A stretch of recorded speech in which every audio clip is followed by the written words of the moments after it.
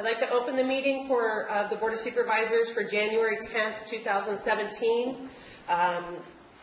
They will be going into closed session pursuant to Government Code Section 54956.9D1, conference with legal counsel regarding existing litigation, 2 cases, County of Calaveras versus Ross Thornton et al., El Dorado Superior Court, case number SC 20150086, and Dennis Ponte versus County of Calaveras et al., Calaveras County Superior Court, case number 12CV 38597.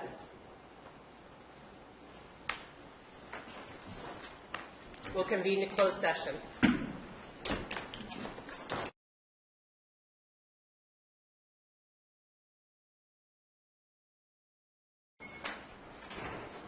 Good morning. I'd like to welcome you to the Board of Supervisors meeting for January 10th, 2017. We'll have the report out of closed session. On a motion by Supervisor Oliveira and seconded by Supervisor Clapp, it was approved on a 5-0 vote to approve a settlement agreement with Neil O. Anderson and to approve a settlement agreement regarding satisfaction of judgment with Ross Thornton. If you would all please stand and join us in saying the Pledge of Allegiance. I pledge allegiance to the flag of the United States of America and to the republic for which it stands, one nation, under God, indivisible, with liberty and justice for all.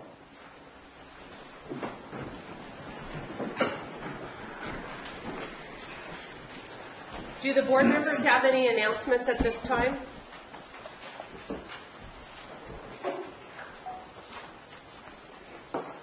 Our first item of business today is from the Board of Supervisors, the election of the 2017 chair. Madam Secretary, I'd like to nominate Mike Oliveira as chairman of the board for next year. Do we have a second? Second. We have public comment.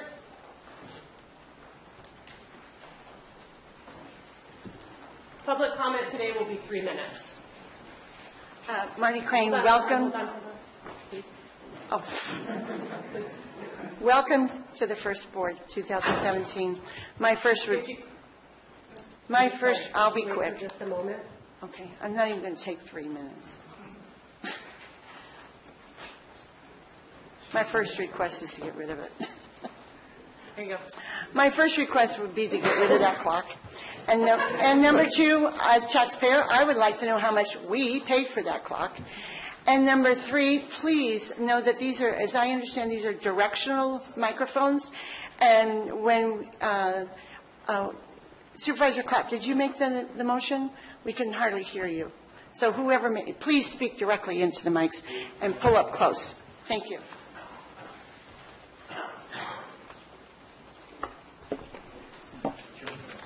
Good morning. My name's Bonnie Newman. I'm from the original county seat of Double Springs in the county of Calaveras, which is the county of death. As you know, Calaveras stands for the skulls. What I'm going to talk about today is the selection of a chair. Last year we saw a subversion of our traditional appointment from one year to the next. It was very disheartening to see that action taken. I think it cost 2 supervisors their seat for ignoring what was right and allowing the vice chair to assume the chairship. I hope we see some fairness from this board. I hope we see less shutting up, shutting down, and shutting out of the public and all pertinent opinions. But welcome. I shall be back. Thank you. Good morning. My name is Michael Osgood, and I'm on the road committee for Bar 20, service area number 2. Sir, this is for public comment on the selection of the chair. Okay. There'll be a public comment portion. I thought that was public. No, Sorry. just on this item. Okay. Is there any other comments on this item?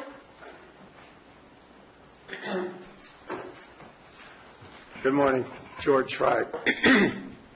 No disrespect to you, Supervisor Oliveira, but because of the injustice last year, I think it's only fair for the constituency in District 2 that they have the opportunity to have their supervisor elected this year. It was such a faux pas last year. I was totally disgusted. And if the board decides not to do that, at least consider Supervisor Garamendi to be the vice chair so that the District 2 can have their constituency recognized for next year. Thank you very much. Is there any other further public comment?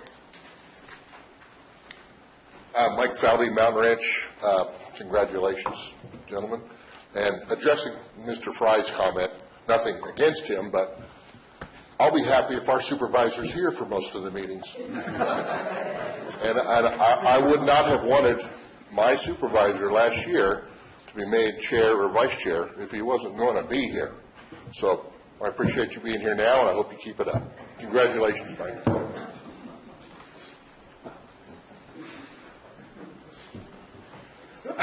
So we have, I'll be fast. Alice Montgomery, District 3, we couldn't be happier. We're very proud of our supervisor, Michael Oliveira. We're proud of all that he's done. He does have an open mind. He does listen.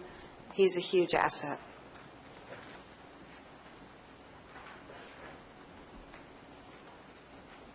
So we have a motion on the floor to nominate Supervisor Oliveira by Supervisor Mills and a second by Supervisor Garamendi. All in favor? Please come back to the board first. Oh, yes.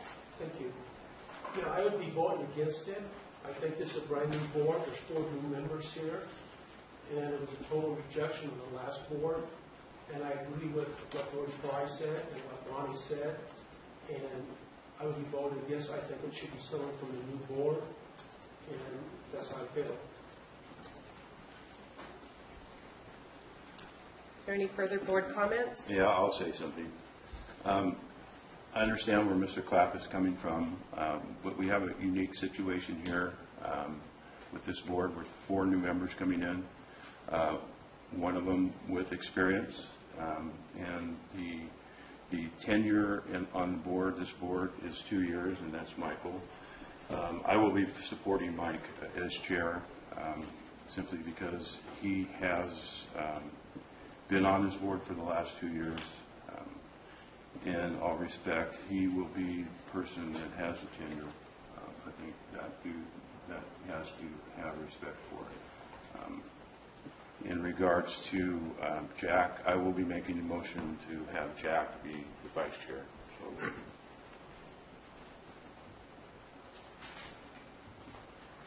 any more comments? Okay. All those in favor of Supervisor Oliveira as chair, say aye. aye. All those opposed? No. The motion is carried. 4-1 vote with Supervisor Clapp voting in the negative. The next item of business is to select the vice chair. I would move Jack Garamendi, District 2, as vice chair for the next year, this year. I'll second that. Is there any public comment? Any further comments by the board? So with the motion by Supervisor Toffanelli to nominate Supervisor Garamendi to serve as the vice chair for 2017 and a second by Supervisor Clapp, all those in favor? Aye. All those opposed? The motion is carried 5-0. We'll take a 5-minute break to get them in place.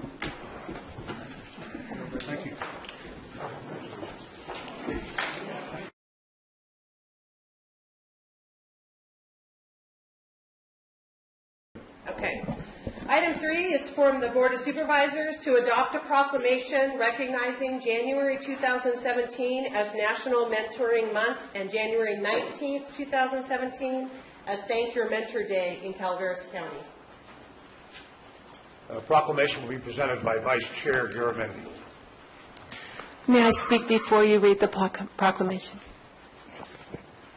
So anybody who wants to join me up here in support of mentoring is more than welcome to, because we have a few people in the audience. Will you come up, Laura? Karen?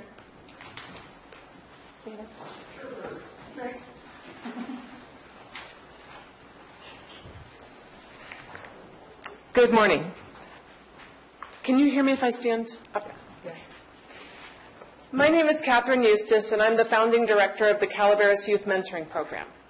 We are here to ask you to recognize January as National Mentoring Month in Calaveras County. As some of you are new here, you may be asking, why should we celebrate mentoring in Calaveras County? Well, I'm here to answer that question for you. We celebrate mentoring in Calaveras County because more than 150 eager young people have been matched with mentors in the Calaveras Youth Mentoring Program over the past 14 years. We celebrate because our volunteer mentors come from across the county and represent the very best of this community. The program's 30 current matched adult mentors include retired teachers, counselors, and engineers, a physician, 2 nurses, a dental assistant, an optometrist, a documentary filmmaker, an emeritus professor and organizational design expert, team members from SNAC, Pinnacle Physical Therapy, and Bull Mountain Vineyards, and the superintendent of schools, former superintendent of local state parks, and a local sanitary district manager. Each one is a deeply caring and committed individual willing to step out of their comfort zone to share the joys and sorrows of a young friend. We also celebrate our F&L mentoring program, which connects high school mentors with middle school proteges and is now in its 10th year in Calaveras County. More than 500 students have participated in F&L mentoring over the years. We celebrate mentoring in Calaveras County because the Calaveras Youth Mentoring Program and F&L Mentoring have both been recognized as outstanding mentoring programs and received awards at the local, state, and national levels.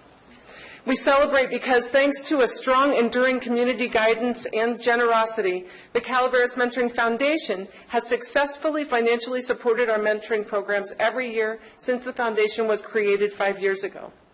And finally, the most important reason of all that we should celebrate mentoring in our community, the young people who join our programs.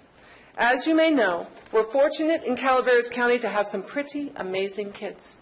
Kids who believe in friendship, connection, and their future.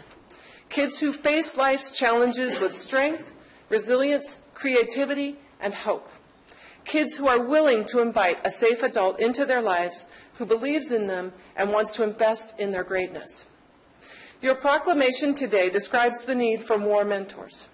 Every youth who wants a mentor should have one, but not every young person gets one. We have 17 boys across our county eagerly waiting for mentors right now.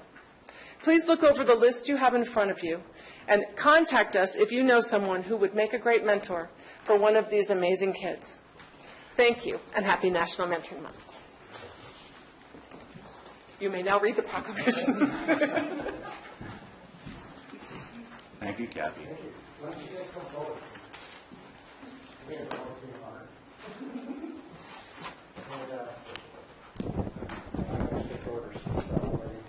There are a lot of other people here who are associated with the program.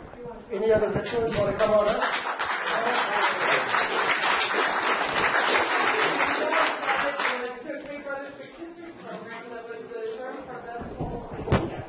Well, come on up.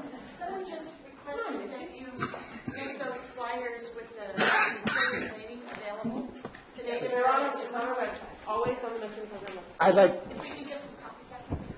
well, thank you guys very much. This is a great program, and you guys do wonderful work. Thank you. So I'm to read the resolution. This is a resolution proclaiming January as National Mentoring Month and January 19th, 2017 as Thank You Mentor Day. So thank you in advance of the 17th. Whereas the future of Calaveras County rests on the hopes and dreams of its children and youth, and whereas too many of our youth face struggles with alcohol and other drugs, gangs, teen pregnancies, and educational failure, and mentors and mentors act as positive role models for them. And whereas relationships with caring mentors offer youth valuable support, friendship, and guidance towards making healthy life decisions. And whereas research has shown that mentored youth are less likely to skip school, less likely to start using drugs, and less likely to start drinking. And whereas mentoring after-school programs, mentor coalitions, as well as public and private organizations throughout California are committed to increasing the number of quality mentors available. And whereas there are local youths in 1st through 12th grades waiting for mentors. And whereas National Mentoring Month provides an opportunity to recognize and commend the efforts of mentors and raise community awareness of the importance of mentoring. And now, therefore, be it proclaimed that the Board of Supervisors of Calaveras County hereby declares January 2017 as National Mentoring Month and January 19th, 2017 as Thank Your Mentor Day. And be it further proclaimed that the Board of Supervisors encourages Calaveras residents to honor the role models in their lives by becoming mentors to local youth. Thank you all very, very much.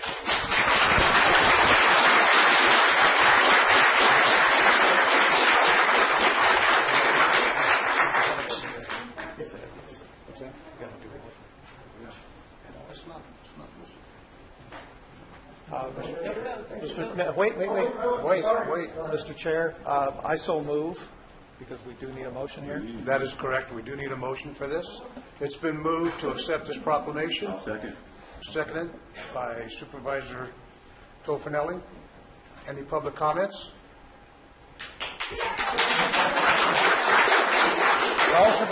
Call for the vote. All in favor, say aye. Aye. All opposed? Motion carries 5-0.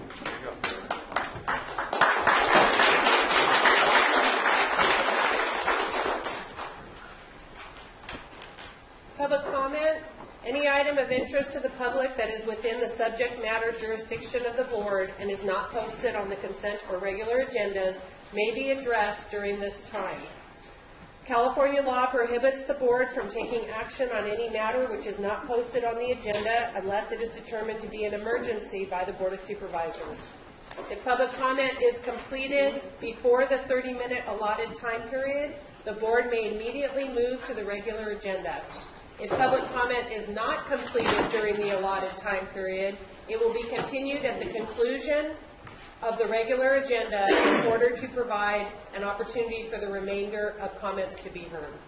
Board Clerk, I have an issue that I'd like to discuss regarding public comment.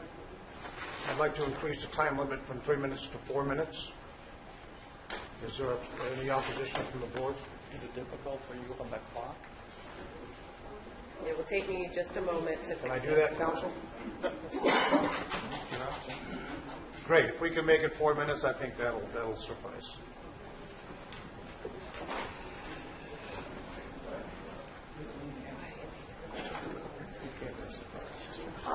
Oh, we're still playing with the clock. That's okay. It won't take me very long. Hi, I'm Kathy Zancanella. I'm the airport manager. Have been for 27 years. Came from the old airport 40 years ago. So, Dennis, you came out to visit me. I appreciate that. And I just want to see you guys, let you see me. And I'm a native Calaveras person. Even more native than Jack is, because I'm older. Anyway, I would invite you to come out to the airport and see what we have going out there. We're one of the best airports in the California, for that matter, of our size. We're very proud of what we've done. We've had great support from all of the county departments as well as the supervisors, and I thank you all for that. And that's all. I just wanted to check in with you and invite you out to say hi. And if you have if the weather's good, we'll take an airplane ride. Nice county to see from the air. Thank you. Thank you, Captain. Okay, I got it right this time? Okay. I'm Mike Osgood, and I'm in Bar 20, CSA number 2, which is Stallion Way. I'm one of the road committee members, and I'm here to ask you to reconsider issuing permits for the commercial cannabis growers in our subdivision. I understand that there are 9 applications in our service area applying for permits. We have seen a large increase in traffic going and coming from these commercial sites. We don't generate a lot of money for maintaining our roads. We already have issues with the towers at the top of the hill. Most of them are used by our government. We do not get any revenue from them for maintaining our roads. If you issue a commercial growers these permits, we will never be able to keep up with our maintenance and repairs on those roads.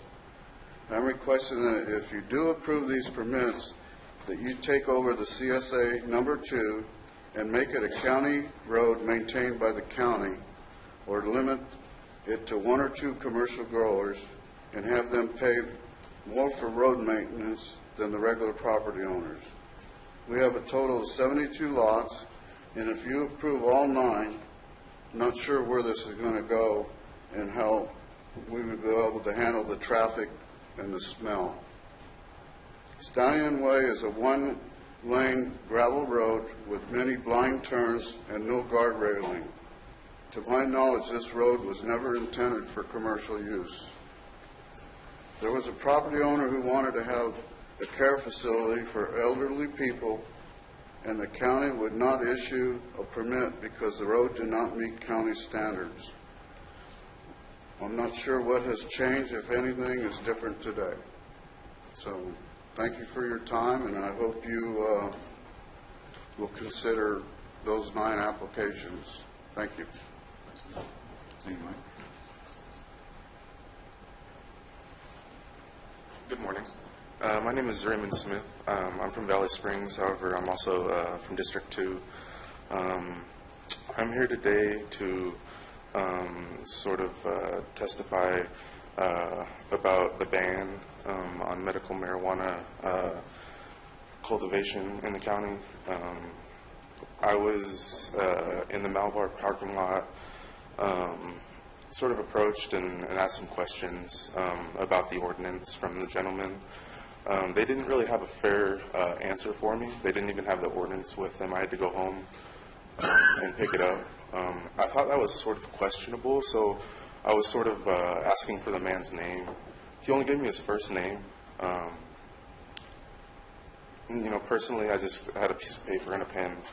I went and wrote his license plate number down because I wanted to see if all that was actually legitimate, gathering signatures without the measure. And interestingly enough, I just wanted to bring the measure that I printed out at home back to them. However, they had followed me back to my car, wrote my license plate number down, and actually started to file a report with the deputy by the time I came back. So I had a chance to talk with the deputies about, why I was, cordially trying to start a conversation with them and ask, sort of become educated about what they were trying to gather signatures from so that I may, support that. However, I really couldn't, move forward with that after talking with the deputies. I didn't want to cause a scene in the parking lot of my neighborhood grocery store. I just followed up with the deputies about coming here and maybe speaking about the issue in public comment, which would be a more cordial environment for that.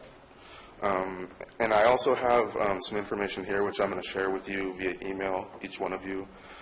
It is a finding by the NCIB, which is a national government agency.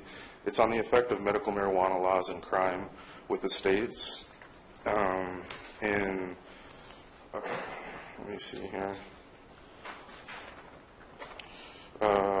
It was an effective medical marijuana climb used in fixed effect panel, exploiting within the state variation introduced by the passage of medical marijuana law in 11 states over a 17-year period.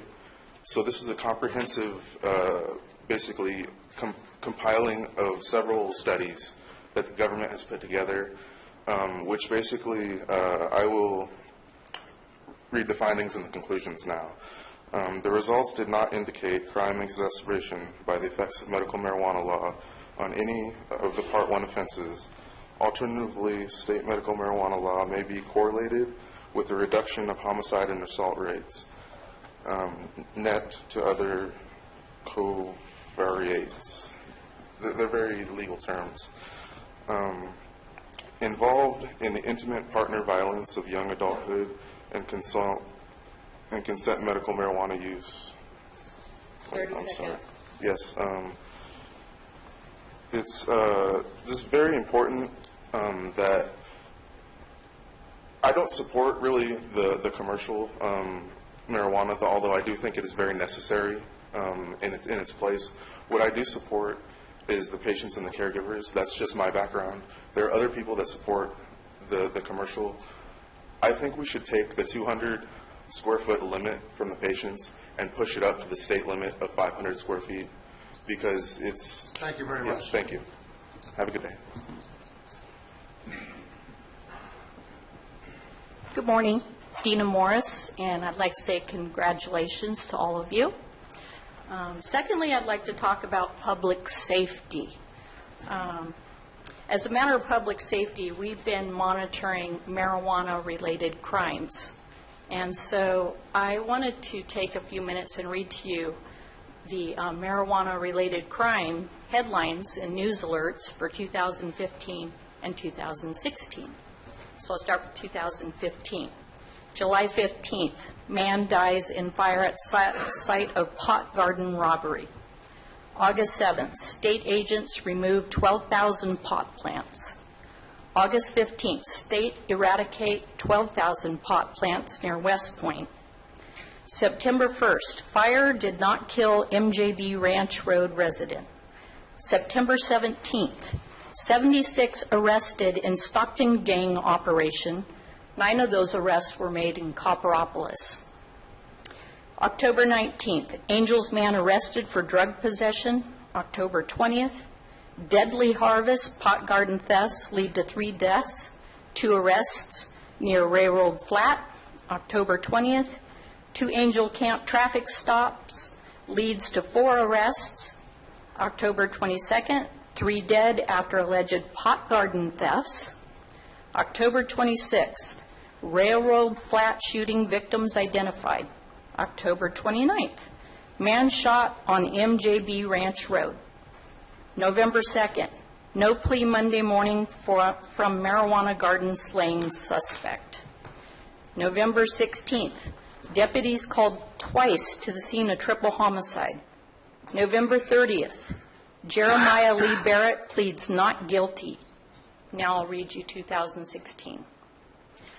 January 22nd, 4th man confirms 3 slain men stealing marijuana. May 26th, 10,800 marijuana seedlings eradicated in Copperopolis by Sheriff's Office. May 26th, assault with deadly weapon warrant turns up marijuana grow site. May 26th, Sheriff's Office destroys 7,000 pot plants near San Andreas.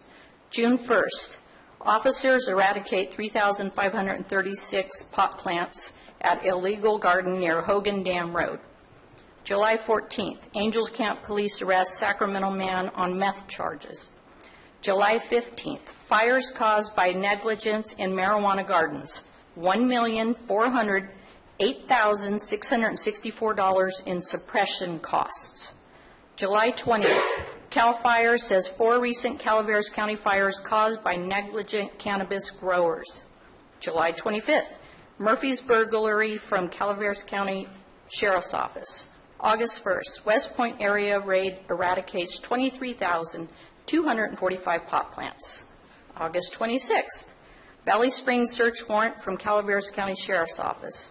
August 29th, woman arrested for starting 450-acre willow fire near San Andreas.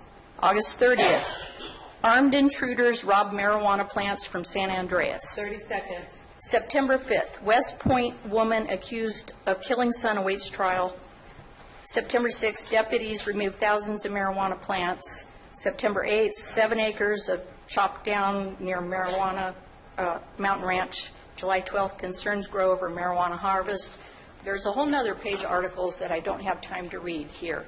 But my point is, public safety needs to come first. And clearly, the commercial marijuana industry is not helping public safety. Thank you.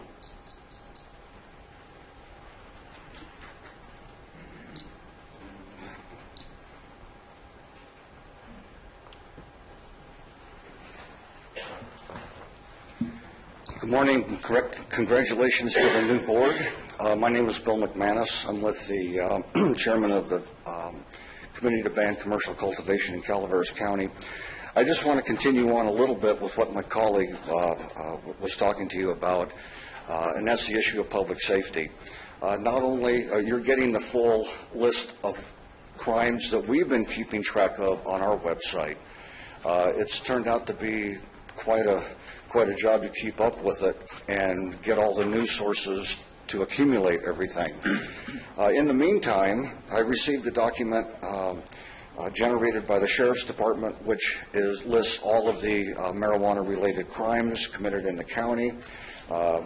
Unfortunately, I didn't have time or paper to make copies for you this morning, but it does show a huge increase in marijuana-related crime over the last couple of years. It seems to be doubling and doubling as we go forward. The gist of what I'm trying to get at is, again, what my colleague alluded to, and that's public safety. I'm hoping that with the new board moving forward, we will see a new era and a new way of thinking by this board, and that the sheriff of our county is a constitutional officer, just like each one of you are. The sheriff should be in charge of his department without being micromanaged. He should be supported with whatever resources and tools he needs to get the job done. Sheriff DiBasilio has done a terrific job stepping in and running the sheriff's department since the untimely death of Sheriff Kuntz. We'd just like to see him supported in what he's doing. He is the second most powerful law enforcement officer in the state of California, right behind the governor. So we're hoping that this board will act differently than past boards, and I mean over decades, where the Sheriff's Department has slowly been pushed to the margin in favor of other funding, and public safety has been the victim of that marginalization of the Sheriff's Department. Just as an aside almost, I wanted to take just a few seconds, the clock's not on, just a few seconds to announce to the board, to those here, that the signatures that we turned in as part of our signature drive to get the draft ordinance onto the ballot received notification yesterday from the Elections Department that the signatures were sufficient. 5,210 signatures were turned in. The rate of approval was at 87%, which is extremely high, and so that we're looking at total votes likely to have, if they check them all, in excess of 4,500. It's like 4,533. So in the days and weeks to come, we'll be moving forward to prepare information for the board, and it's my understanding that somewhere around January 24th, the item will appear before you or come before you to be placed on an agenda for discussion. I'd like to ask that, I know you will all carefully consider it. We've put a lot of work into this, and at this point, I want to thank the over 75 petition circulators who gave up 2 months of their life to cover every single corner, intersection, supermarket, wide spot in the road, you name it. They were out there getting signatures. And I find it hard to believe the comment I heard earlier that the draft ordinance wasn't available to them. It is part and parcel of the petition. It is in the petition. It is on our website. We had extra copies available. We trained our people very carefully to avoid situations like this. They did a magnificent job, and 87% success rate is notable. Thank you very much. Good morning, Vicki Reinke, and I'm here speaking on behalf of Calaveras residents against commercial marijuana. And congratulations to all of you who are new board members and returning board members. I'm looking forward to a great 2017.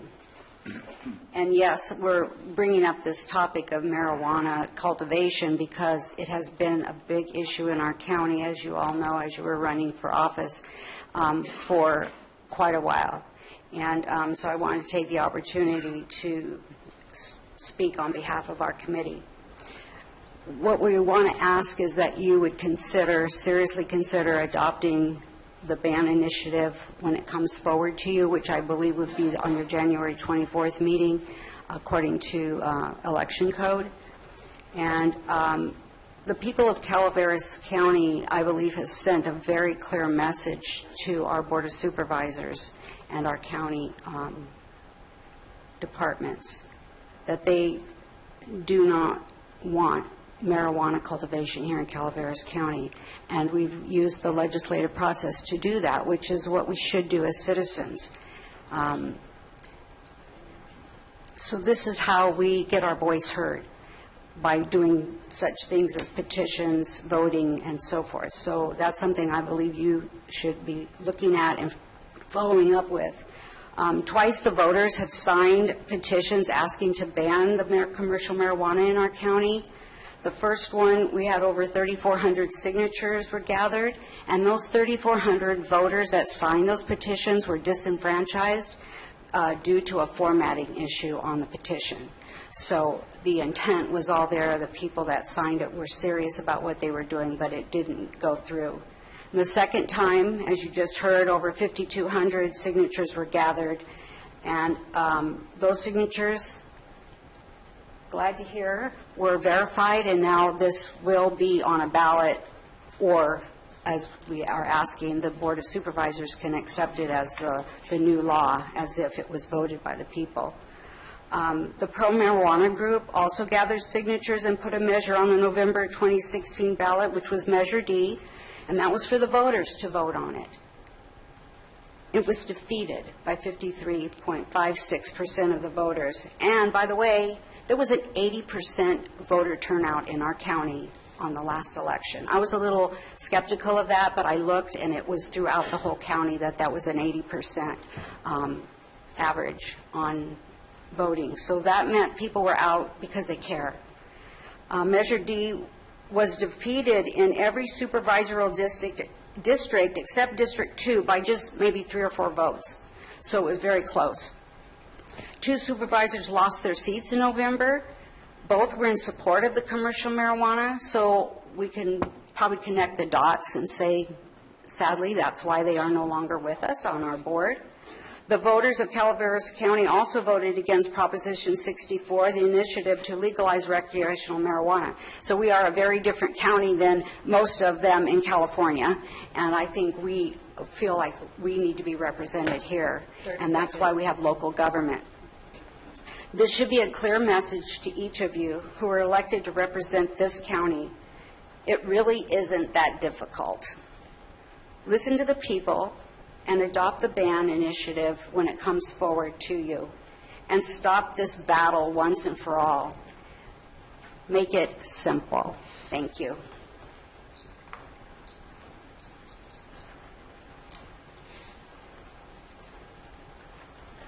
Well, first of all, I think Diane's doing a fabulous job with the timing. It's worked well for a long time. And as a taxpayer, speaking in front of the board that spends our tax dollars, that determines how we spend our money, at the very basic level, I think today we should begin to exercise transparency in government and say it out loud. How much did that clock cost us?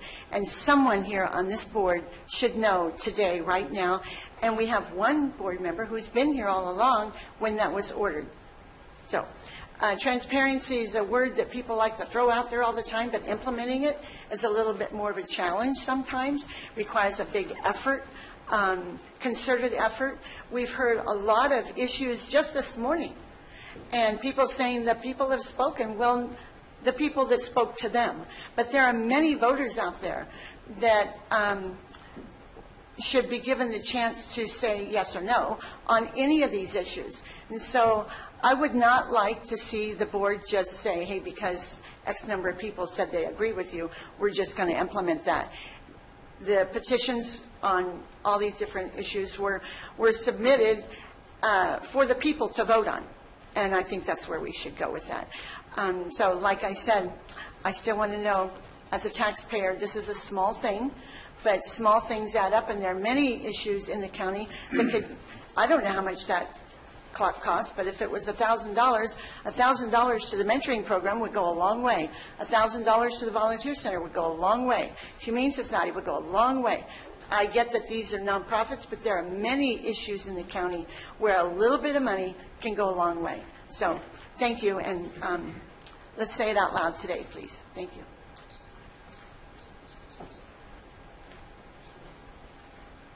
Good morning, gentlemen. My name is Gerald Van Sickle. I came up here in 1963 to smell trees, grass, but not marijuana. I have 23 acres on Descallion Way, which Mike Osgood testified. The traffic is unbelievable. The people that come up down there are from Oregon, Washington, Nevada. Mexicans come up there to work in the field. Sometimes I have as 30 or 40 people coming up there working. There's one greenhouse up there. There's 3 greenhouses that maybe is 30 to 60 feet long, 12 feet wide. The rumor is the guy made $2 million. Now, for the board to accept all that wonderful money for the bids, that's $5,000. Is it in your retirement program and all that stuff? This money is going into our grocery stores, going into our public, and it's dirty money. Hey, when I was a young man, I smoked that local weed. But again, we didn't have weed like you have today. You take several puffs, you drag it around, and you laugh and joke around. The stuff you smoke nowadays is #1 in Mexico. It beats out Mexico marijuana. It is potent stuff. 2 joints, and you're taking a trip. Not just a... And for this medical marijuana, we have a wonderful place called Medicine. Let them work on it. Now, I'm sorry for all the BS about things, but the traffic on Stallion is killing us. I'm a part of the help on the road committee, and I do my best to help fill up holes. And I go get a neighbor over there, and we get a backhoe, and we go over there and fill up the holes. And these people come flying down the hill. They don't care. They're doing like 50 miles an hour on a gravel road, 40 miles an hour. I'm a person that likes to get up early in the morning and seeing the sunrise, because I came up here from the city. In the city, everything looks the same day after day after day. Up here, it's beautiful. We get the weather change. We get the things changing all the time. I came up here, there was, as I said, no signal lights. I love this place, and I'd like to see it can keep on going. But we need to get rid of this marijuana and the medical marijuana, too. We don't need it. And we have a new boy up there called the President of the United States that doesn't like pot. And we should seriously think about it. And all this dirty money that's coming into our county, it should leave. Thank you very much.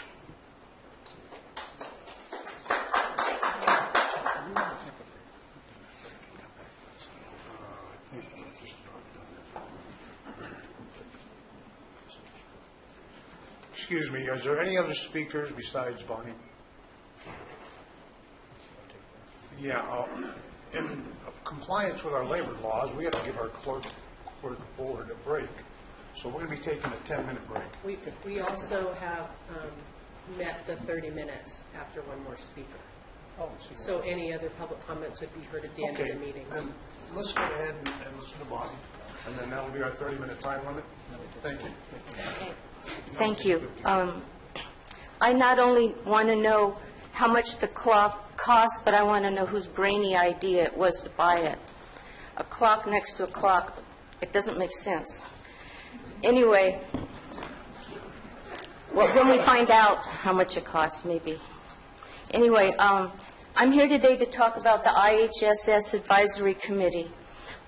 When we see our agenda every week, we notice that the County Board of Supervisors is listed in several different ways, not only as the Board of Supervisors, but also as the In-Home Supportive Services Public Authority, the Calaveras County Air Pollution Control District, and a couple of community service areas. That's because the board has to take special time to adjourn and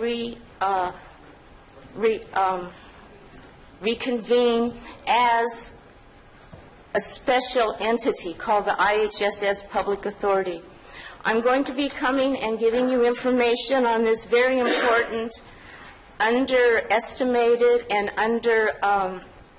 regulated, not regulated, but lack of attention given to the IHSS Advisory Committee, which is designed to provide input to you folks about taking care of the elderly, the disabled, the sick, the injured, and the diseased in their homes, rather than shuffling them off to a state-run facility, which will cost $4,000 to $5,000 a month. We think the In-Home Supportive Services program is one of the most cost-effective programs around. For every dollar that the county puts into it, the state puts in $2 and the federal government puts in $3. So far, that's been the ratio. With the new government coming into place at the federal level, we feel that this program might be in jeopardy, it might be threatened, and we're concerned about the care and welfare of the consumers that we provide care for. Very restrictive requirements for this program, and if anybody's knocked off the list, we're talking about the poorest, the sickest, and the least able to defend themselves people being left without care in the home, which allows them to live independently, hopefully with health and safety, without the fear of disease and infection. And we're talking about over 300 people in Calaveras County in this program. We're also talking about almost 400 people in this county that provide services for these people. That is 400 care providers who are minimum wage workers, who have not had a cost of living adjustment except for the minimum wage increase in January since 2009. You'll hear more about the disparity in wages at a future time, but right now I just want you to be aware of your responsibility to this group, not only the advisory committee, but the people that they're serving and hoping to keep healthy and safely in their homes. Thank you very much. Mr. Chair, before we take a break, the purpose of taking a break at this time is that hourly employees under federal government wage laws are required to take a 15-minute break every 4 hours, and also a 30-minute break by the beginning of the 5th hour of every day. And this board is going to be committed to following federal law when it comes to taking these breaks. That's the purpose. Okay, folks, we'll be on break for about 15 minutes. We'll convene back at 10:35.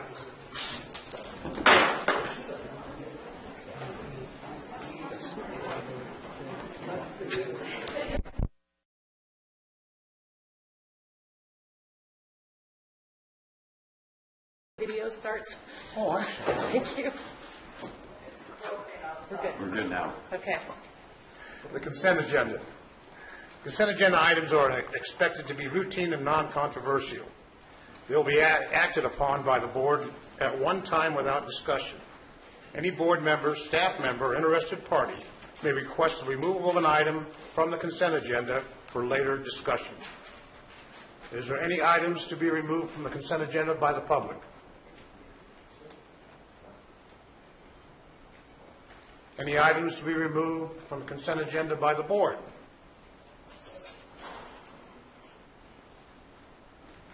I will entertain a motion to approve the consent agenda. So moved, Mr. Chair. Second. Moved and seconded to approve the consent agenda. Public comment? You just said that the public comment will be at the conclusion of the consent agenda, not the regular agenda?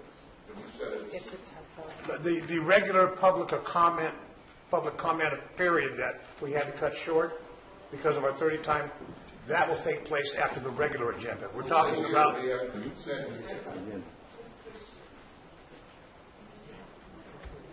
I'm sorry, what was that? Well, you're just opposite of what it says here on the agenda. Point of order. Point of order. Where you go? Just a point of order. It's just a point of order? Okay. Yeah, we're talking about the consent agenda, public comment on the consent agenda right now, and that's it. Our regular general public comment will take place after, that we weren't able to get to those folks, will take place after the regular agenda. Okay? Chair, Is that clear? Chair, you have the right to make that. Yeah. And that's the chair's decision on that. Okay. I have been voted and seconded to accept the consent agenda.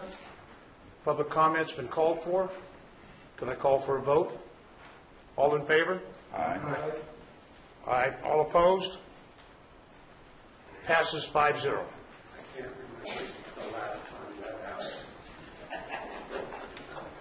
We're doing a good job, right, George? Ladies and gentlemen, that'll take us to our regular agenda. So item 18 is from the Administrative Office to receive a report from staff, Cal OES, FEMA, and local organizations regarding the ongoing Butte fire recovery. Good morning. Brian Moss, Administrative Office. This is a monthly report to the Board of Supervisors. Some of you are already aware of this. As part of the Butte fire recovery, to update the board as to what's happening in the recovery efforts. It includes county departments. It includes Calaveras Recovers. It's a very active group up in Mountain Ranch in the recovery process. So with that said, you're going to be seeing this item come before you once a month. It gives you an opportunity to ask questions about the recovery efforts and the recovery process. And at this point, what I normally do is turn this over to any department heads that would like to share. Now, just so the board is aware, I always make sure that we let the department heads know ahead of time, including Calaveras Recovers, this is the board meeting, they have an opportunity to speak. Chair, just a point. Calaveras Recovers said that they will be back at 12:30 this afternoon. The board, just to let the board know that Calaveras Recovers will be back at 12:30 this afternoon.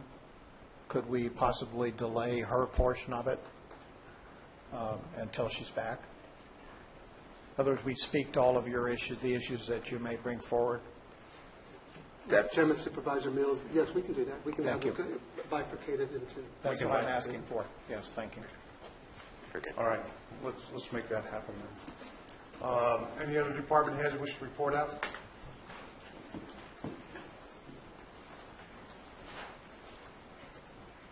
Good morning, Mel Knight, Environmental Management Agency. As your board may know, we completed a very successful $500 million potentially hazardous burn debris removal as part of this program done by the state agencies. The only remaining activity on that relates to a duplication of benefits requirement that involves some insurance invoicing. We will be meeting with your vice chair and others to make sure that the existing contract is implemented in a way that is efficient and effectively deals with community sentiments. And if you have any questions, I'd be glad to address those. Mr. Knight, thank you very much for your work and working with me over the last couple of months and prepping for this position and talking about this really important issue that's going to impact a lot of residents in District 2 and in the fire in the burn scar. I want to just confirm that we are working with Lake County and Kern County to make sure, because they're doing these very similar activities as us. Yeah, very much so. In fact, but actually neither is doing something that actually appears to be in line with what was originally planned. So that's one reason why I'm in daily contact, in fact, with both. This is a complex activity. Lake County has a very different set of staffing issues than Calaveras, and Kern County even more so. So we're trying to balance those things, and we're looking at different models. We do have a contract in place, and our contractor appears to be flexible on implementation based on what we may find out on any way to either streamline or make this more efficient and effective in the community. Thank you. Thank you, sir. Thank you.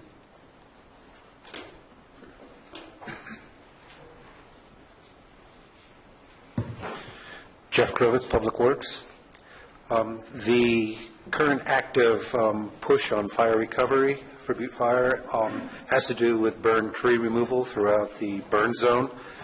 There have been a number of delays with the clearance of the hazard tree removal through its NEPA clearance, which is required because federal funds are targeted to reimburse this work. As a result, the Board of Supervisors 2 months ago declared a local state of emergency to give Public Works the ability to remove exigent trees that are in immediate danger, potential immediate danger of falling onto the public roadways. Following that local state of emergency, Public Works developed an RFP, request for proposals, that was published online for a contractor to be able to do some on-call services to remove trees that the arborists determined were potentially going to fall before our larger contract could be approved by NEPA. The responses to these proposals were received, reviewed. 2 of the 3 respondents were deemed to be qualified, and we have negotiated with one of them and are expecting signature on that any day. Once we issue a notice to proceed, they have about 48 hours in which to remove trees. We currently have about 13 or 14 trees that have been identified within the burn area for immediate removal. This work may occur outside of FEMA reimbursement, but we are doing it in accordance with FEMA circular rules in hopes that we can get full reimbursement for this small number of trees, and then also have some capacity if there are additional trees that need to be removed outside the purview of our larger contract that was awarded last summer. In terms of the larger contract, we received notice on the 29th of December 2016 that the NEPA findings were approved by both SHPO for archaeological and FEMA. There was a meeting a week later on the 6th in Sacramento to discuss the implementation of the archaeological treatment plan, and FEMA is currently finalizing the project worksheet to make sure it's consistent with the NEPA findings. So we are expecting to start work within 1 to 2 weeks. Early work that will start will be getting monitors out in the field to be monitoring endangered species, as well as archaeological sites that could contain historic artifacts or cultural artifacts. So we're expecting that program gets fully rolling early February. We expect it to be 3 to 4 months, although some of the new requirements with the under NEPA requires that we stop all work when we're notified of 1/10 of an inch of rain or more, and then we have to hold work for 24 hours following the end of that rain event. So that may slow us down a little bit depending on what the weather brings. Any questions on this program? Yeah, Mr. Clovis, for the benefit of our folks here in the television land, if you will, could you explain what NEPA is? NEPA is the National Environmental Protection Act, and anytime there are federal funds going to the public, the requirements of that act must be met and cleared to enable work to occur. So hopefully that clarifies it. Thank you. Further questions from the board? Mr. Kovitz, thank you again, and thank you for taking the time last week to meet regarding the Harbor Road and Calaveras recovers and how we're going to get that fixed. I was hoping that in our next report we could go into detail about the road construction and timelines that go around that, as well as the federal and state dollar reimbursements, how that whole puzzle comes together. It's not a small question, but hopefully we could get some grounding in there. Okay. Will do. Thank you. Thank you. Before you go, Jeff, thank you for what you're doing. I just let you're fully aware I've been sitting in this audience now for months and months and months listening to these reports as they go forward. And it's a difficult process for sure. You add all of this rain to it, and it's creating an issue, I'm sure. So hopefully we'll work it through and we'll get on to taking care of the business. Thank you. Supervisors, if I could just ask that you pull your microphones closer and that you speak directly into them so that the public can hear you. Thank you. We'll be chastised for that for a while. Sharon Torrance, Public Information Officer for Butte Fire Recovery and all other duties as required. I have been working closely with our Public Works Department, with roads, with putting out media press releases. I've been posting on Facebook and also doing radio interviews, trying to get the word out about what's going on with Butte Fire Recovery. I've also been working closely with environmental management. I've learned a lot this last year. This is my first county experience. I worked for the state for many years, and working for the county and the board has been interesting. And it seems like I learn something new every day. The people that I've been working with have been fantastic. I have a great rapport with our media, and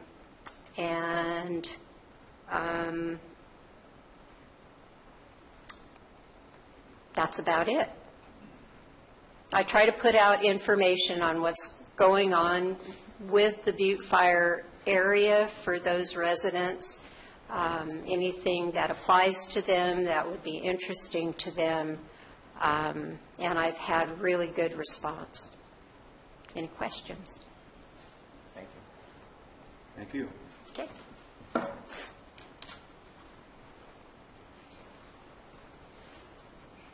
Hi, Rebecca Callan, Auditor Controller. Congratulations on the new board. Very excited to be working with all of you. I wanted to give you an update. Several meetings ago, it was discussed that the county may be on the hook for the county match on the public assistance grant related to the debris removal. It had been, my office's understanding, also the administrative office, that the county was not going to be on the hook for that match. That was, anywhere between $600,000 and $800,000. So discovering that there was the potential that the county was going to be on the hook for that was a little shocking. Anyway, I just got off the phone with Cal OES. We are not on the hook for that. The state will be covering that 6.25% match. I do have it in writing. They're not exactly sure how they're going to do it and how they're going to write it up, but it will occur. So I just wanted to put the board's mind at ease and the public's mind at ease that that will be an exposure that our local taxpayers will not be having to fund with general fund dollars. Yeah. Ms. Callan, that's great news. Yes. That was something that we were pretty well concerned with through this ordeal. Yep. Thank you to your office. Thank you to everybody else that had something to do with that. Thank you, Rebecca. Thank you. Any other report from department heads? Next agenda item then? Public comment. Oh, public comment, I'm sorry. Public comment on this issue? Seeing no public comment? Chair, then we will pick the remaining part of this up when Calaveras recovers. We'll pick the remaining part of this up when Calaveras recovers, comes back after 12:30. lunch. Thank you. Okay. So we'll table that until then. Item 19 is from the Public Works Department to conduct a public hearing and adopt a resolution to approve the 2017 Calaveras Transit Service Plan. Thank you. Jeff Krovitz, Public Works. A year ago, the Board of Supervisors was presented with a short-range transit plan, which was a number of years in study and making, containing recommendations for operational and service modifications to the county-operated transit system. The Board of Supervisors voted to support a county efficiency model, and staff began working on viable pieces of that model. For the last 6 months, county staff has been actively involved, working with the operators, stakeholders, and our customers to improve the efficiency of the services provided. Service changes to Calaveras Transit were introduced at the December 13th Board of Supervisor hearing, And the public comment period has been open and ongoing since that introduction. The goals of the service changes that we are proposing in this round for 2017 are to increase our ridership, modify the expensive routes that have low ridership to try to get at least equivalent service at less cost. We're trying to make improvements that can be sustained or sustainable, designing routes where and when there is a demand for the riders, from the riders. We also are trying to improve our fare box recovery ratio. Our target goal is at 10%. For 2015, we were just under 9.5%. So this item will be presented by staff, our business administrator, Kelly Zanheiser, and our transit manager, Deborah Mullen. Thank you. Thank you, Jeff. Welcome, board. Am I on?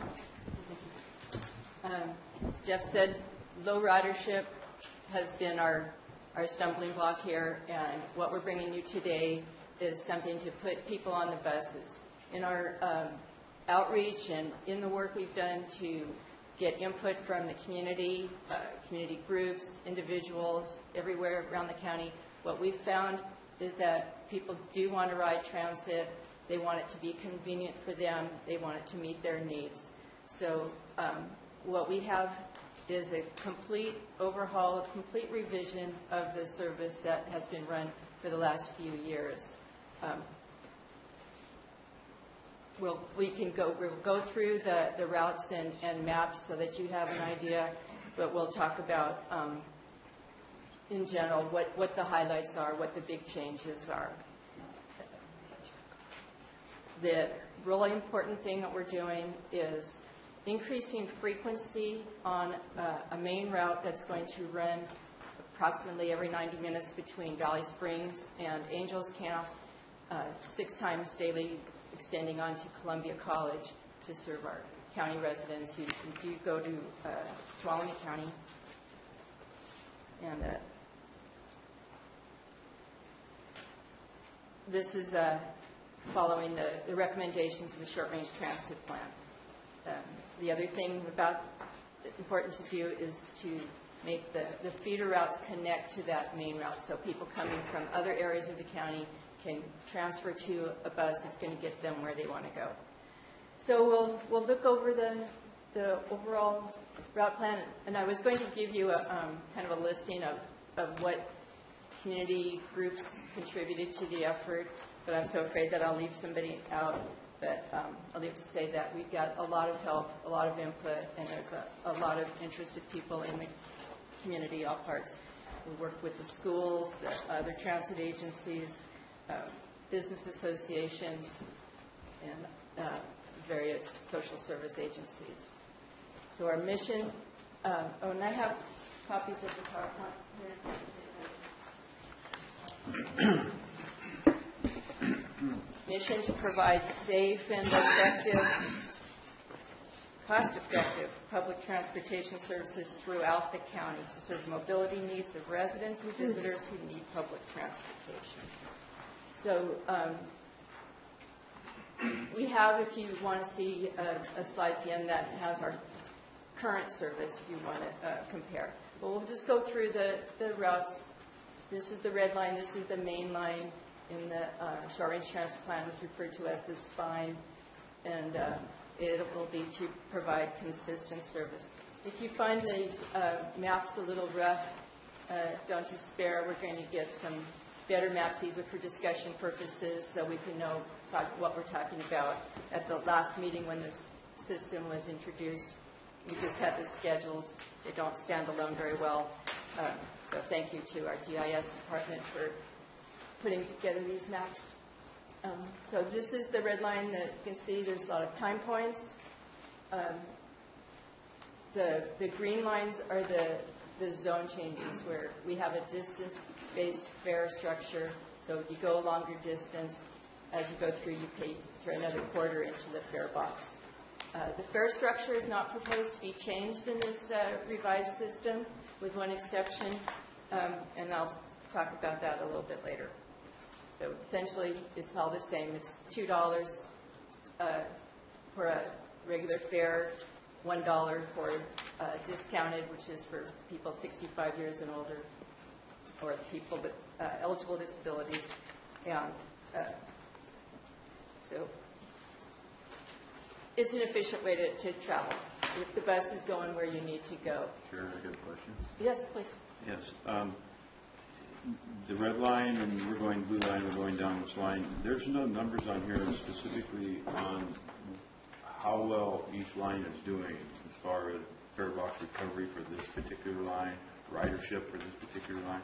Are those numbers available for each? We did that deliberately, changing the numbers to colors so that because they're changing, it won't be a straight across comparison to previous years. We'll have to start fresh on the performance metrics, and really it'll be starting at the beginning, because what the red line is used to be Route 1 with a little chunk of it between Angels and Columbia was another route, was 4, yes. And Route 4 then went up from Columbia College then up to Arnold.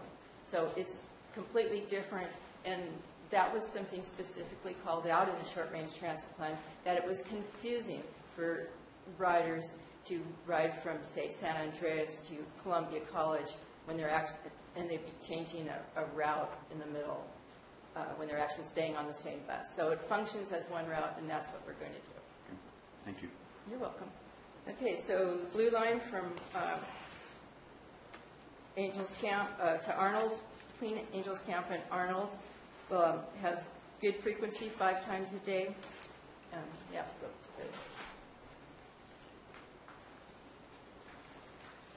so that should be more convenient. And the real special thing about this, I mentioned the connections. What the problem with our current routes and the improvements we're proposing are that better connection so that people in Arnold will be able to catch the Delta Gold Line in San Andreas, make those connections so they can go to Stockton, get from one place to another more readily. And then we'll be able to market the Delta Gold Line to our neighbors up the hill, because right now they can't really use it except to catch the afternoon. So now they'll be able to catch the morning Delta Gold Line. Okay. Now to Copper Line is going to be different in that you can click it again. Little box floats up. It's going to accommodate on-demand service to some of the neighborhoods off of Copper Cove Drive and off of Little John Road. Those neighborhoods with streets that are wide enough for the bus to get in, and road loops that the bus can get out again. But it'll be on demand, so people that live within those residential areas can call dispatch and get picked up. And I think we'll service a lot more riders that way by being able to get to where they're going, where they are and where they want to get to. So that will be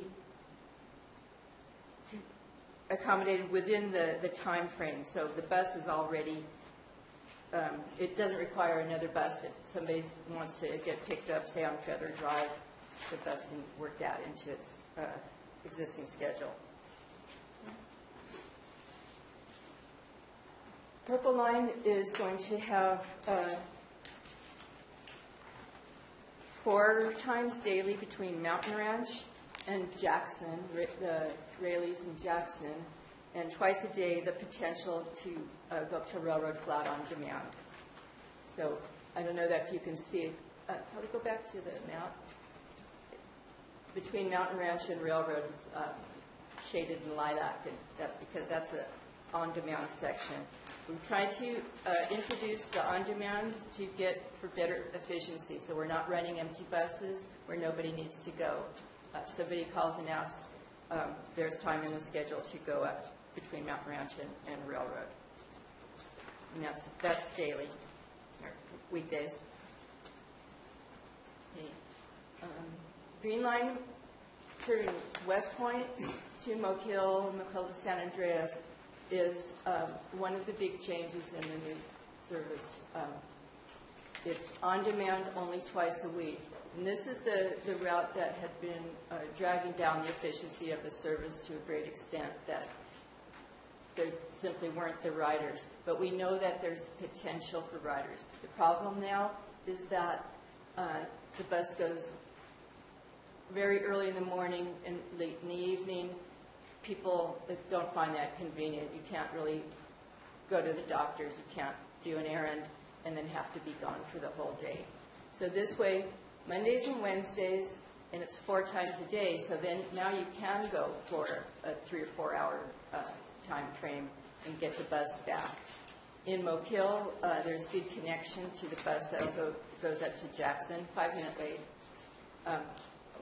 And while I'm thinking of it before I pass it, I've got to say that Cynthia Lawrence, our General Manager of Paratransit Services, our transit operator, pulled all this together, all these millions of little pieces to serve groups and to make sure that the buses all meet, plus the added components of bus driver schedules and the logistics of moving the vehicles around.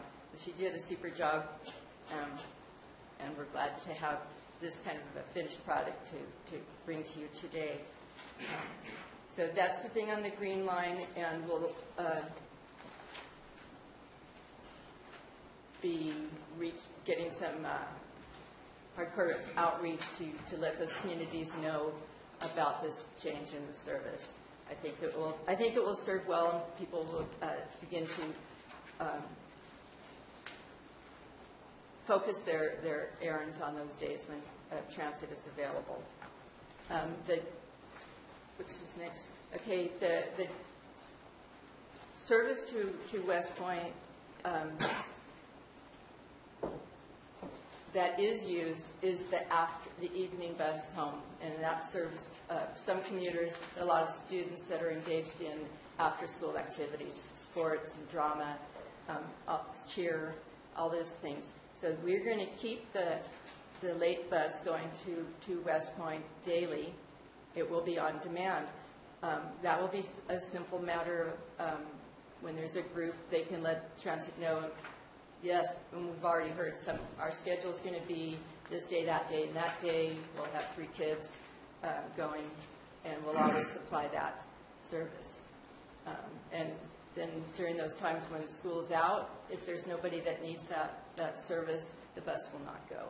And that will add to the efficiency, and I think that we'll we'll deliver the service that is needed to our community. And hopefully we can add an element of flexibility too, watch our performance, keep an eye on our numbers, and make changes as we go.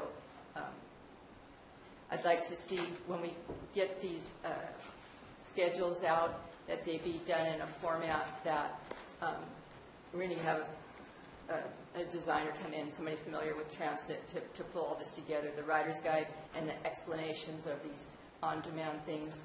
And I'd like to see them in a format that we can make changes and reproduce them easily. Right now, it's very expensive to produce those slick rider's guides. I'd like to see them just more producible in the office. So, or send them out to the local printer, but not just make it less expensive. Okay, what do we have? I think that was it for the. Okay, so those colored lines were routes were our deviated fixed route system. That's our core system. We have 2 other services that are grant funded, and we are also proposing changes to those, or mostly to the Saturday hopper. If you haven't ridden the Saturday hopper, I recommend it. It's a fun thing to do. Go up to Murphy's for the day, the afternoon, and so it runs several times a day. But we've gotten a lot of requests from the Arnold area to include them. So that's what we've tried to do here. Click one more time. And we're adding Arnold. And we're doing that without increasing the costs of the program by reducing the number of runs to Valley Springs, to La Quintana Plaza. So this is the new proposed schedule for that. In conjunction with that, we're like to see, part of the resolution is to increase the fare on the hopper from $2 to $3, just given that it does cover kind of a long distance.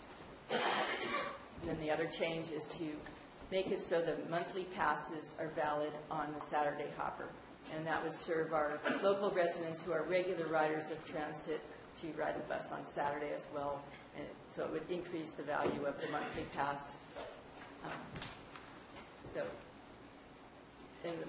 I'll be coming back to you to talk about the Saturday hopper at a later meeting, because we'll be applying for a grant to go for the next year. So that's something that we'll bring to you.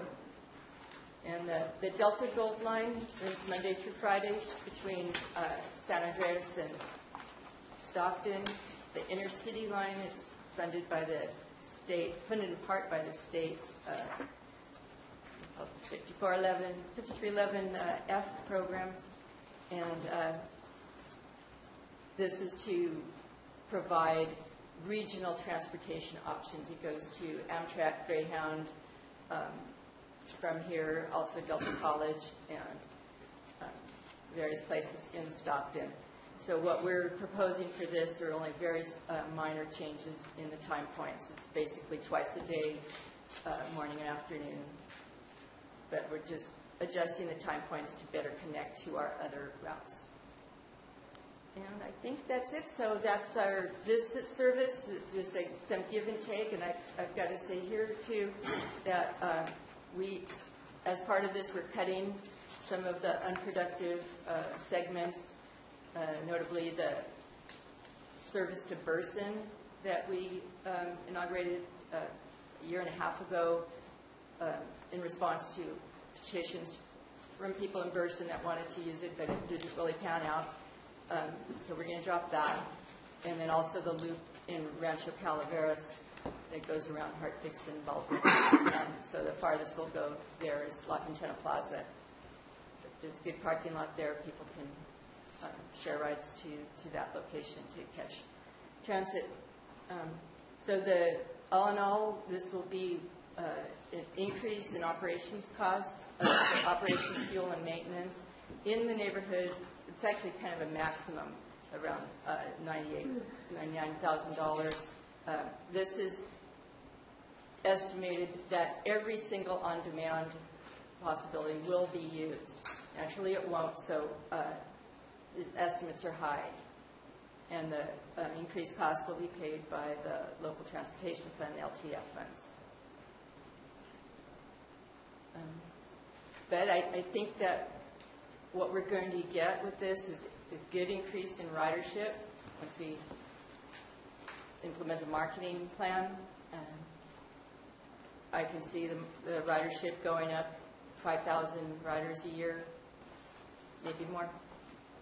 And, is that a promise? It is not a promise. It is it's a goal. It's a desperately held hope that I think it'll happen. You know, it's reduced that much in the last year. I think we can recover that. I think there are people that want to use transit. I think there are people who need it, who have no other way, and I think there's a lot of people who would prefer it if they have the opportunity.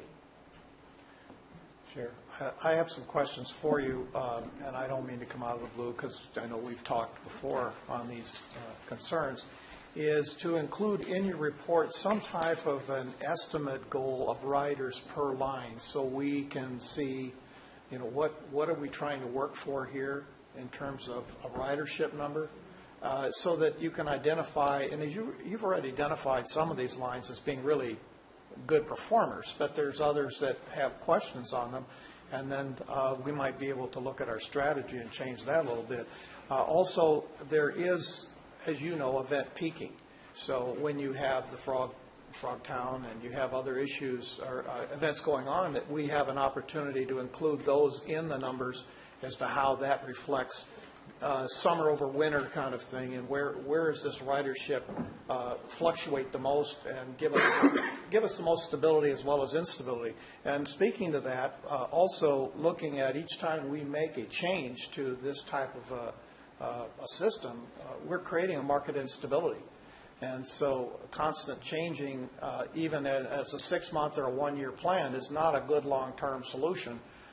We need to settle in on something and create a win, even if it's in a small area or a portion of the line, and know that that's our bread and butter, and then we can expand from there. So I would like to just see that as part of this proposal, is looking at what the goals are that you have, and not so much an expectation that you'll meet those goals, but at least that there's a conversation around them.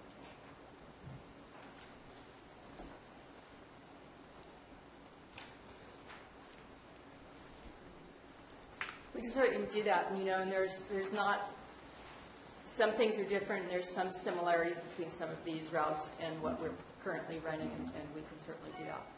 And we'll be bringing the year-end report from last fiscal year within the next month. We're just getting in the final numbers from paratransit on some of that information. So we'll be synthesizing that, bringing it forward, and we can do a little bit of a comparison to show you, if we increase the number of routes along the red line, more, how we project that will impact. And it's not, like you said, it's not exact science, but we can do, we can do a preliminary analysis to show you what that could look like.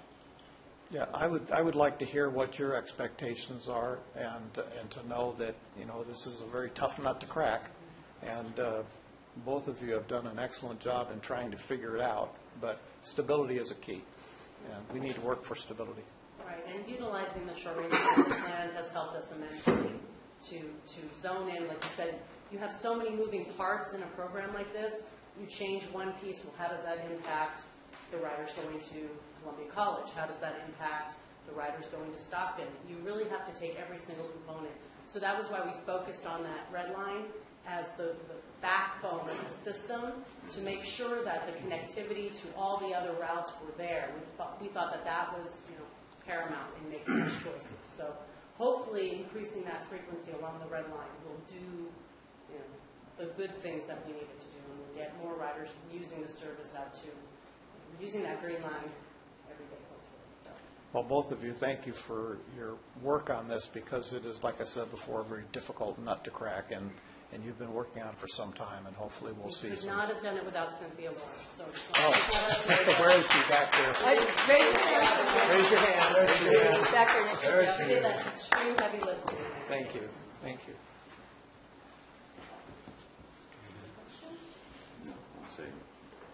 Comments by the board? Further comments?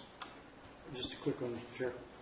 I'd like to thank you guys both for all the work as Supervisor Mills put out. There's it's a very complex process, and I'd like to thank you for the commitment to Upcountry and District 2. We recognize, of course, thank you also for your time in meeting the other day to go through all this. Obviously, when I read the numbers, they're pretty rough for our Upcountry, just the ridership's down and the expense that it goes into it. So I want to thank you very much for that. And thank you for the commitment to really helping the kids get up the hill after school and sports. So we all know our school districts are hurting, and it's a real resource for those kids to go up there. I think it's a very thoughtful plan, and I want to especially comment on your commitment to outreach and education. As we move to on-demand systems, it will take a lot of education. And as you guys know, Upcountry, not everybody hangs around the same water cooler, so you're going to have to be creative. And I thank you, and in meeting with you, I know you have the commitment to that, but it'll be a continuing and ongoing education. So, thank you. Sure. Go ahead, sir. I would like to thank both of you, and I know that historically this program in Calaveras County has been a moving target, as you know, and I know since I've been on COG and on the board several years ago. It seems that we just get to the peak of 9.5, close to the 10% recovery, and then things change and the ball moves a little bit, so we have to make adjustments to it.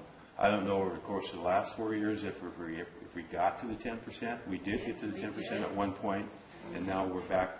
The ball is moving, and it got back down to 9.5%. So I understand the dynamics of having to move it around to meet the needs of the passengers that we're trying to target and get that recovery and get them to where they need to go. So I thank you very much for your presentation and your work on this. Thank you. Supervisor Clapp, any comments? Thank you very much. Public comment? Al Segala, Taxpayer Association. I too am quite impressed with the work's been done here and also the presentation. One of the things that the taxpayers are concerned about is getting a broader analysis of what's happening in transportation that actually go beyond the responsibility of this organization of Calaveras Transit. Probably one of the most important people that could look at that and to look at other possible forms of transportation that even could be in competition would be our CAO. And so I think the board would do well to ask the CAO not only to review this presentation, but other presentations that come before the board to get a wider perspective, and especially the knowledge that he's carrying from other jurisdictions that could be of value to us and our taxpayers. Thank you.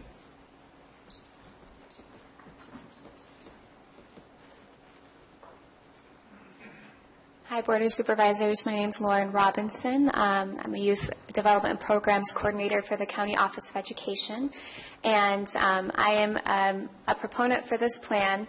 I've been talking with one of you advocating for our after-school programs, one being the FNL Mentoring Program, which you just declared National Mentoring Month. We have, for the past 5 years, we've been utilizing the Calaveras Transit, and it's been a great asset to keeping our programs thriving and being able to support students, especially in West Point and Deep and Valley Springs.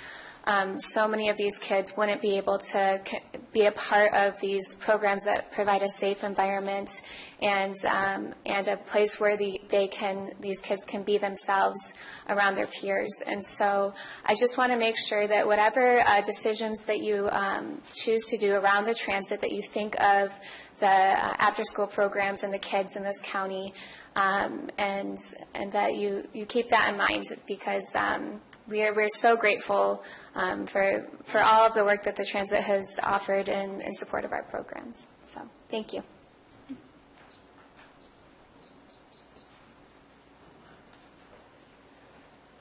Good morning. Welcome, new board members. I'm Karen Gregorius. I'm the Executive Director of the ARC of Amador and Calaveras. We serve adults with intellectual and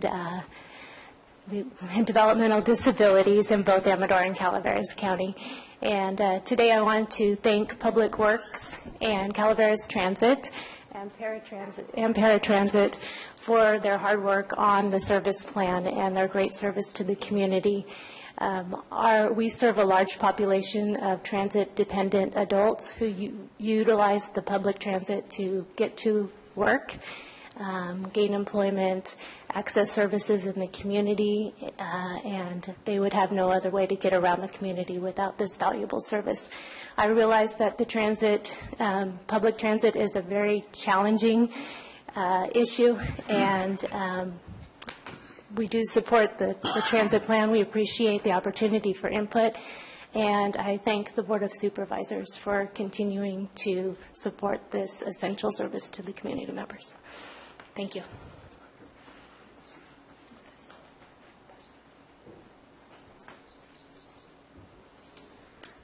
It is still morning. Good morning. Kathy Topol, Common Ground Senior Services. I would just like to say that Common Ground also supports this in changes in their schedule. To me, working with them with the development through the SISTAC of this plan, we've been partners. They listen so well. They take the input from the community so well and really do take it to heart. So I really appreciate these ladies and what they do. The new schedule, in my opinion, especially the increase in frequency, is for the betterment of these transit-dependent individuals. Extending the Saturday hopper to Arnold was incredible. Whoever thought of that was genius. Also, the Delta Gold Line is allowing more people to get down for doctor appointments. And then lastly, I just want to mention that the schedule is so much easier to read. It is really, really done with the clients in mind instead of, I don't know, engineers or programmers or whoever put it together to begin with.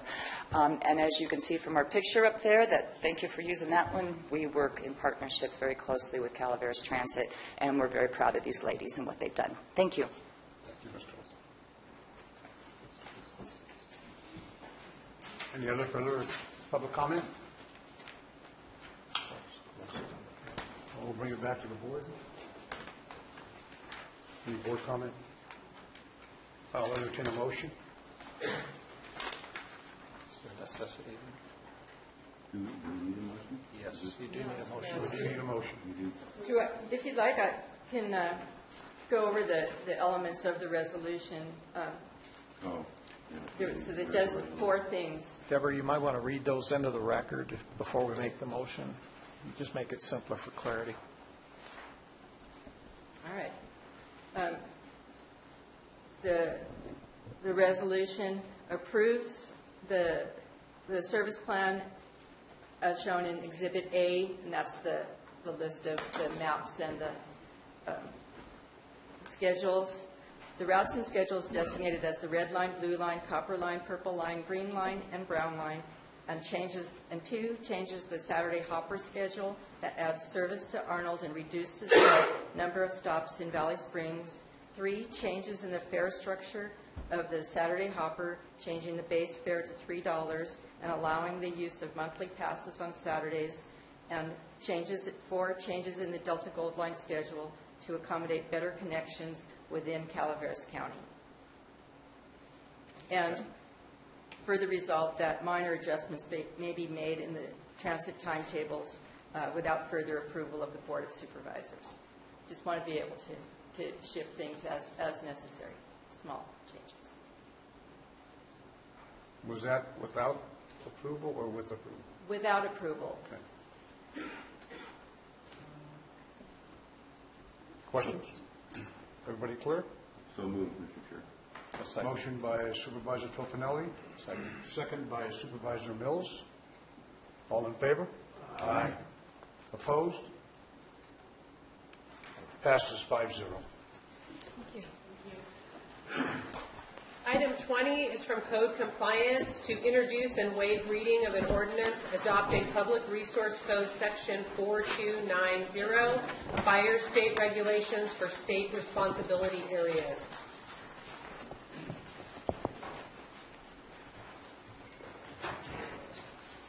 Good morning, Board. Congratulations on the new and returning members. So this is the easiest thing you'll ever have to deal with. This is already a state mandate, 4290. What this does, it regulates minimum fire safety standards throughout state responsibility areas, which Calaveras County falls into. This would relate to defensible space required around residential, commercial, industrial structures, required turnarounds for fire equipment, etc. Again, this is more just going through the motions. It's already state mandate, it's already state code, and now it's just a local adoption. I do have the text of the actual ordinance that will be put forth in a couple of weeks. We'll be working with county council to integrate it into, we'll have to get a new chapter in Title 15 of the Muni Code.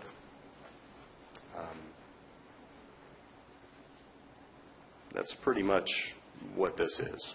If I can expand on anything, I'd be happy to.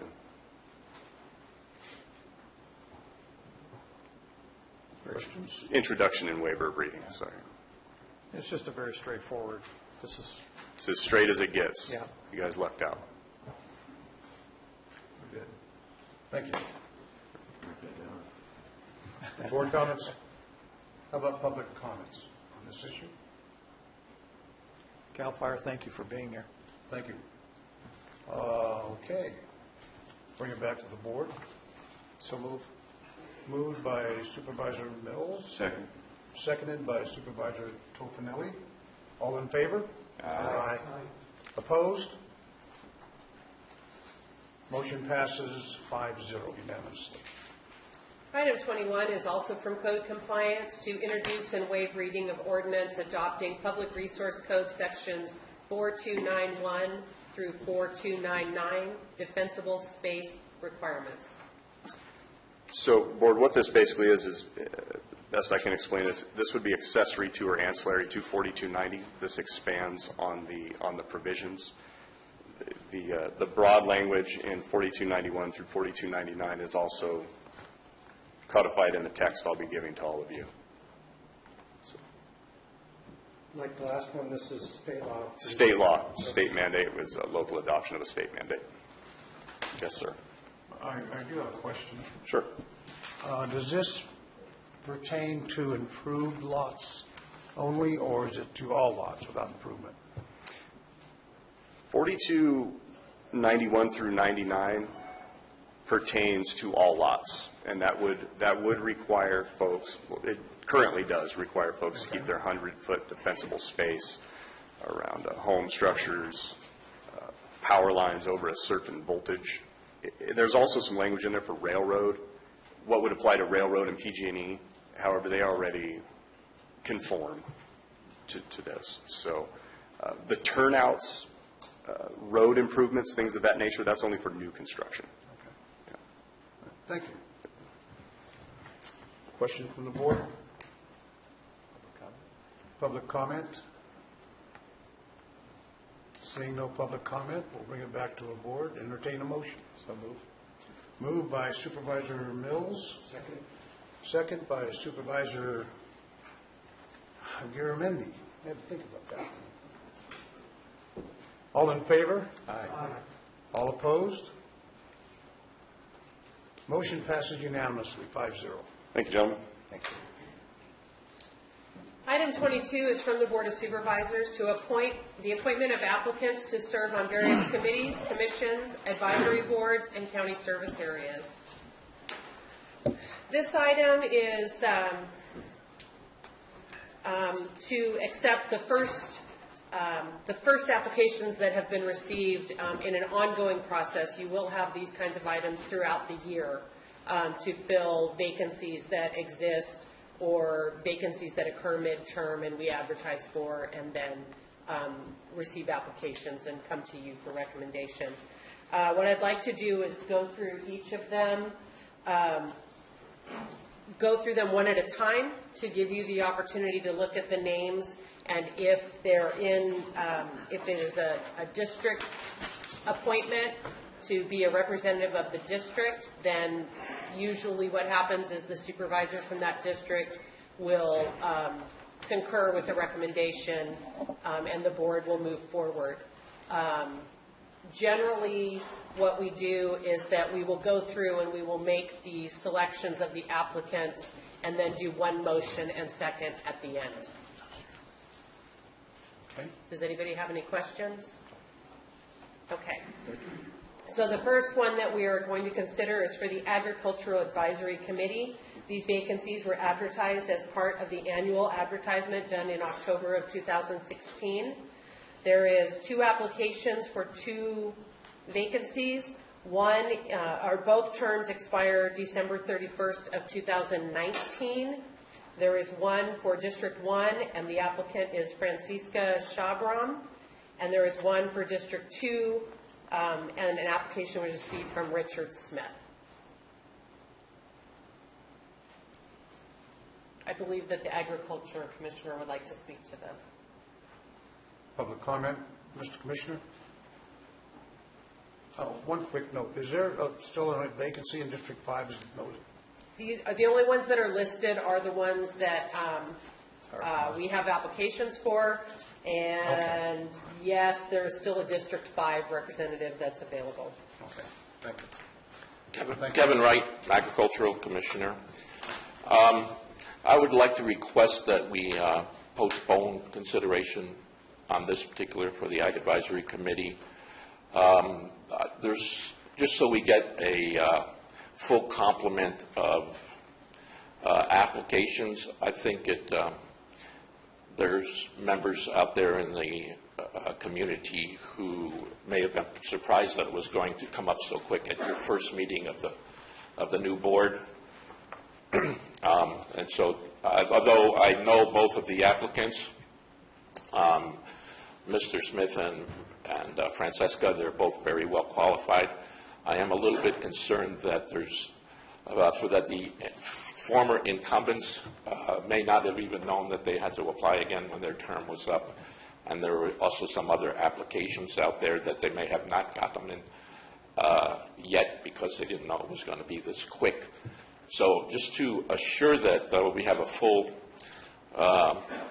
number of applications to consider, I would like to postpone these two for 30 days if that's possible. Comments from the board? I don't see. I don't have a problem. I have a comment. Madam Clerk, how are these positions advertised? They're advertised, the legal requirement is that we advertise them at the public library, at the main branch. We advertise them at all branches. It's available on our website as far as the listing of the boards, committees, and commissions. It's the staff's responsibility, if they have a staff contact for a group, for them to inform their members that their terms are expiring if they are not aware of it. It's always the first meeting of the calendar year. Were those notifications made by staff to the remaining applicants referred to by the Commissioner? I am not the staff contact for this group.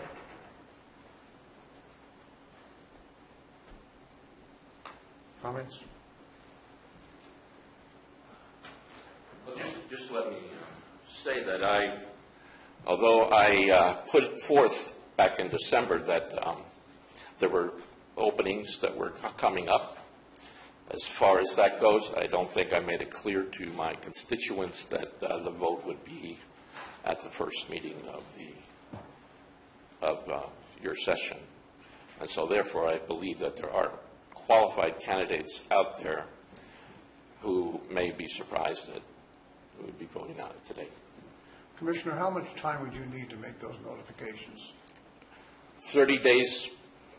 I can tell, make sure that I get it out there that it's due, and then they can get their applications into you, and then we could vote on it either at the next meeting in 14 days or at the following one in 30 days. Anyone have an objection to that? No. Okay. Thank you, sir. Thank you. I would agree that might be a way to go, although reluctantly. To be quite honest with you, I've seen this happen in other committees where they say, well, yeah, and this is not the case here, not to my knowledge, but where they will get one application for an opening, then we're just not going to do that. We're going to wait till we get more applications. All of a sudden, that process is a 3-month process. So having that in mind, I would concur. And for anyone that is a current member on a committee or commission, if they have an email address, we have the system that we use to manage these applications did send out an email notification 5 days before their term expired as a last-ditch effort. I recall so, getting that. Just so you know. Okay, so moving on to the Commission on Aging. Again, these vacancies were advertised as part of the annual advertisement done in 2016, October. We currently have one application for a District 1 representative for a term expiring December 31st of 2019. It is a new application, not an incumbent for District 1. The name of the applicant is Nadine Martin. I'm fine with that. Okay. So then I'd just like to move along to the next one. Yeah, is there any opposition to that? Why don't we mention opposition, and then we'll just go on there. Okay, that sounds good. Thank you. That's the way to do it, yeah. Okay, so the next one is for County Service Area 12, Golden Hills, again advertised as part of the annual advertisement. There are two applications for two vacancies. One is from Jerry Mascaro, and the other is from Stephen De Arliaga, who is an incumbent. Any opposition to those two choices for applicants? Okay. The next is for the Fish and Game Commission. We have several applications for appointments. We have one application for a District 1 representative. The application is from Grant W. Randy Metzger. The second is, we have another application for District 2. Randy Metzger is an incumbent. We have another one for District 2 from Karen Waldier, who is also an incumbent. We have another application for a vacancy in District 3 from Mark Oswald, who is also an incumbent. We haven't received any applications for District 4. And in District 5, there are 2 vacancies, and we have 3 applications. One is from Al Alt. The second is from Bill McGladry, who is an incumbent, and the third is from Sam Welch, who is an incumbent. So there would need to be 2 selected of the 3. We want to keep the 2 that's incumbent. Okay.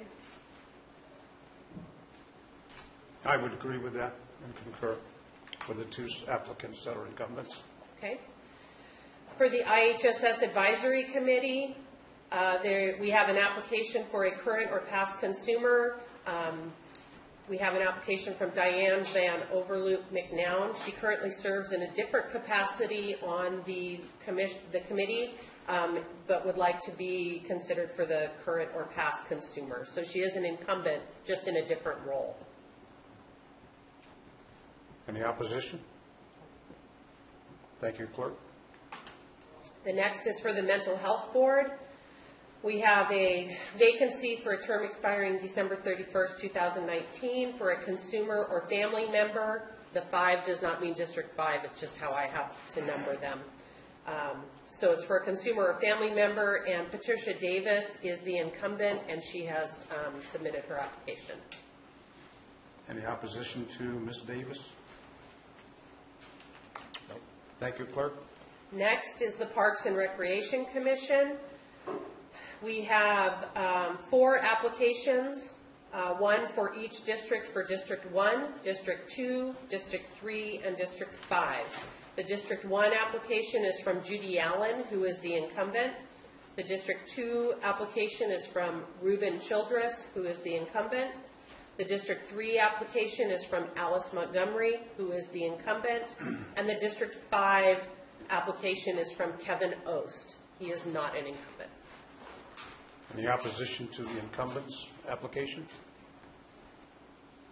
Thank you, Clerk. And so the other is without opposition as well for That's District correct. 5? Yes. Okay, thank you. We have, the next to consider is the Planning Commission. These vacancies are in Districts 1, 2, 3, 4, and 5. 1 needs to be selected for each.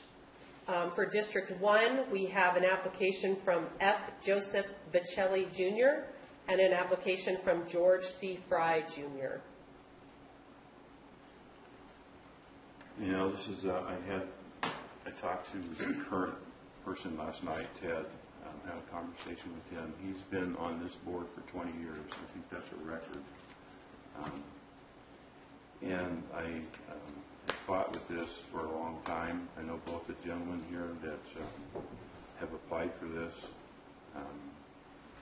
Both have backgrounds in planning and land use. Mr. Bocelli is a lawyer in land use area. So I'm going to go with Joseph Bocelli for my District 1 pick. For the District 2 position, we also have 2 applications. One is from Timothy Laddish, and the other is from Anthony Worcester. I've met with both applicants. Certainly, Ms. Worcester has a tremendous experience and is going to be a real asset to our community. But I will pick Mr. Laddish as the planning commissioner from District 2, if there's no opposition. I would concur. From District 3, we have 1 application, and that is from Lisa Muterdes, who is the incumbent planning commissioner. You bet I'm going to recommend her. there any opposition? Okay, thank you. The next is for District 4. We have one application, and that is from Kelly Wooster, who is also an incumbent planning commissioner. And I fully support his position. I concur. And lastly, for the Planning Commission is District 5. We have two applications. One is from Karen Sisk, and the other is from Benjamin Stopper, who is the incumbent. I'm thinking Karen.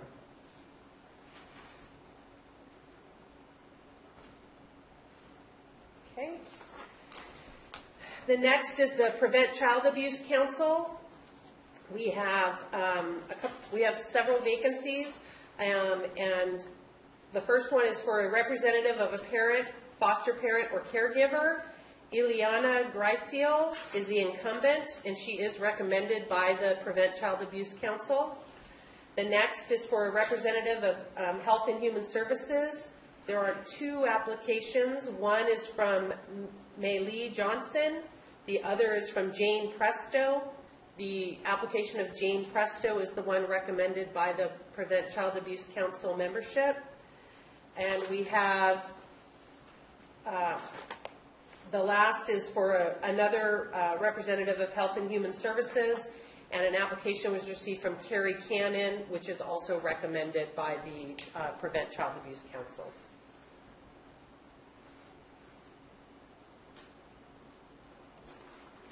So would you like to, there is one that you need to make a decision on. That's for the one representative, Maylee Johnson or Jane Presto. Jane Presto is the one recommended by the council. I would go with that recommendation. I concur. I would too. Same. Okay. And for the last one, it's for the Public Educational and Governmental PEG Television Commission. There is a vacancy for a representative of the Calaveras County Office of Education, and we have one application from Scott Nanick, who is the incumbent. Any opposition? No? So I would need a motion and a second, please. So moved. Second. Moved by Supervisor Mills, seconded by Supervisor Tofinelli, I'm sorry. Call for the vote. Oh, public comment? Do we need public comment on this? Yes, public comment. Seeing no public comment, I'll return to the vote request. Point of order, Chair. I just want to make sure that the motion is clear that it is saving the Ag advisory for the next. Right. For a future meeting. Tabling that for a future meeting. Tabling that for a future meeting. 30 days. 30 days. Within 30 days. Okay. And that's what we're voting on now? Yes. Yeah. Okay, I'll call for a vote. Public comment on that, just to be safe? Okay. Bring it back to the board. Call for a vote. All in favor? Aye. Aye. Opposed? Motion passes 5-0. Now, do we need a motion to accept the appointments? No, that didn't. Okay, so item 23 is from the Board of Supervisors to adopt the recommended 2017 Board of Supervisors meeting calendar. The calendar that is proposed in your packet is based on the past practices of the second and the established meeting schedule of the second and fourth Tuesdays, and on the months when there is a fifth Tuesday to have a night meeting at 6 p.m. You can adopt these meetings. You can choose to add meetings. You can special meetings can be added throughout the year as well. So it's up to the board as to how they want to proceed here. Yeah, I believe there is some input from Supervisor Mills, some of the other board members. Supervisor Mills? Well, my comment is this, that no more marathon sessions. If we need to add additional meeting days during the month to complete our work during normal working hours, let's go in that direction. If it's a controversial item, maybe we need to hold that in an evening meeting so that we can allow people who normally work to come and to participate. It's up to the board to decide how they want to do that, but I would prefer that whatever meeting schedule that we put together, it covers an 8-hour window and not a 10 or 12-hour window. Just my thoughts. Comments? No, I don't really know if something was, everyone has a lot of disagreement on, have just a special meeting for that instead of sitting here for 4 hours on one thing. I'd like to see something like that. And not change our schedule, just add a special meeting for a special. Okay, for controversial. Right. Supervisor Garamendi? And Clerk, did we when we were digging this before, we found a couple glitches. Do we get, are these reflected in this updated version? This calendar is not the agenda submittal timeline that you were talking about. That's where I got confused. Yeah, and that has been corrected. Thank you very much. Supervisor Tofinelli? I'm open to it. I don't see the need to go to a marathon meeting. I'm in agreement with that. At one time, when I first got on the board years ago, we were every Tuesday, and then the agendas, we were out here by 11 o'clock, so it was kind of a moot point. So I think I was on the board that actually moved this to twice a month. And I could see where some of them, because the number of agenda items that are presented and need to be dealt with over the course of every 2 weeks, some of them can get lengthy, but I think if we break it up and we call a special meeting on one of the off Tuesdays, that we could cover that. I think. So I'm open to the fact that we can work with it. I'd like to hear from CAO Lopez and Board Clerks Severud on this. They're the folks that do the work. Mr. Chairman, members of the board, I too would recommend the biweekly meeting and the fifth meeting if there is, or the third meeting if there is a Tuesday in the evening. I had a meeting with several of the department heads yesterday, and I think we will be making an effort to try to bring things that are clear and concise so that we are able to move forward as quickly as we can. I recognize just by seeing some of your previous meetings that sometimes there were questions that were perhaps not well thought out when the board or the staff report was put together. So I want to emphasize that to the department head. I think if we do, we can avoid those marathon meetings. I do not look forward to a marathon meeting either. That's just my thought, but obviously it's your choice. Thank you, Mr. Lopez. Board Clerk Severud? Our office, I don't believe, has any issue with adding special meetings as needed. I think that Interim CAO Lopez has some great ideas about making sure that the items that are on the agenda are fit into the day and that we move forward with complete packets for you and the best information that we can. So I don't believe we have any issue with adding as needed. County Council Stepfield, I know you guys do a lot of work. Any comments? The only comment that I would put forward to the board is that typically what we see when we have marathon meetings, it's one or two very specific areas or very specific items that are an area of contention that take the majority of the day. So certainly having a special meeting, if we know that these types of items are going to be coming to the board, having a special meeting that is focused on that one item is, in my opinion, something that would alleviate the issue rather than trying to include them in a regular meeting. What is our lead time for getting agenda items onto the agenda? I know we have a schedule for that. Is it 3 weeks, 2 weeks? Right now, what is in place is that on the Friday, almost 2 weeks prior to the meeting, so I'll use the next meeting as our example. So for the January 24th meeting, our deadlines for departments to submit completed packets and for it to go through the review process is this Friday. So staff has to have enough time to draft their items. If other departments are involved, they need to be able to have time to get with those departments to get their feedback or their input. And then what has currently been practiced by the last board was that the board wished to have their agenda packets on the Wednesday prior to the meeting, not just the 72-hour or the Friday 5 p.m. deadline that is required by the Brown Act.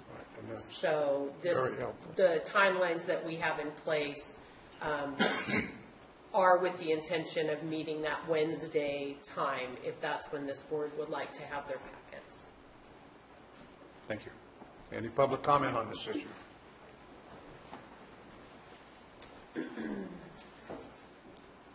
Four minutes, gentlemen and ladies. Bill McManus, Hanford Hill. When we have hopefully an increase of meetings and we have a decrease in marathons, there was one meeting not too long ago, there's 51 items on the agenda, and it becomes a real challenge for people to sit through it that long, especially when some of the big items were put at the end of that agenda. And I know that that probably is an option at the prerogative of the chair. One thing that concerns me is if we use special meetings for major items or controversial items, the noticing period for the agenda, I believe, is shorter. It's only 24 hours for a special meeting, whereas for a regular meeting, it's 72 hours. So what I would suggest is that you lay down a generous supply of regular meetings. If you don't need them, you have 72 hours to cancel them. That's plenty of time for everyone. If you do need it for a special, unusual, one-time type of meeting, then it would still have the 72-hour rule applied to it to give citizens enough time to read it either in the paper or online or other things, rather than 24 hours. It seems like it would be a lot easier to cancel meetings that aren't needed, but have placeholders in the calendars to accommodate special meetings that may come along and not reduce the amount of advance notice and access to the agenda that the public gets. Thank you.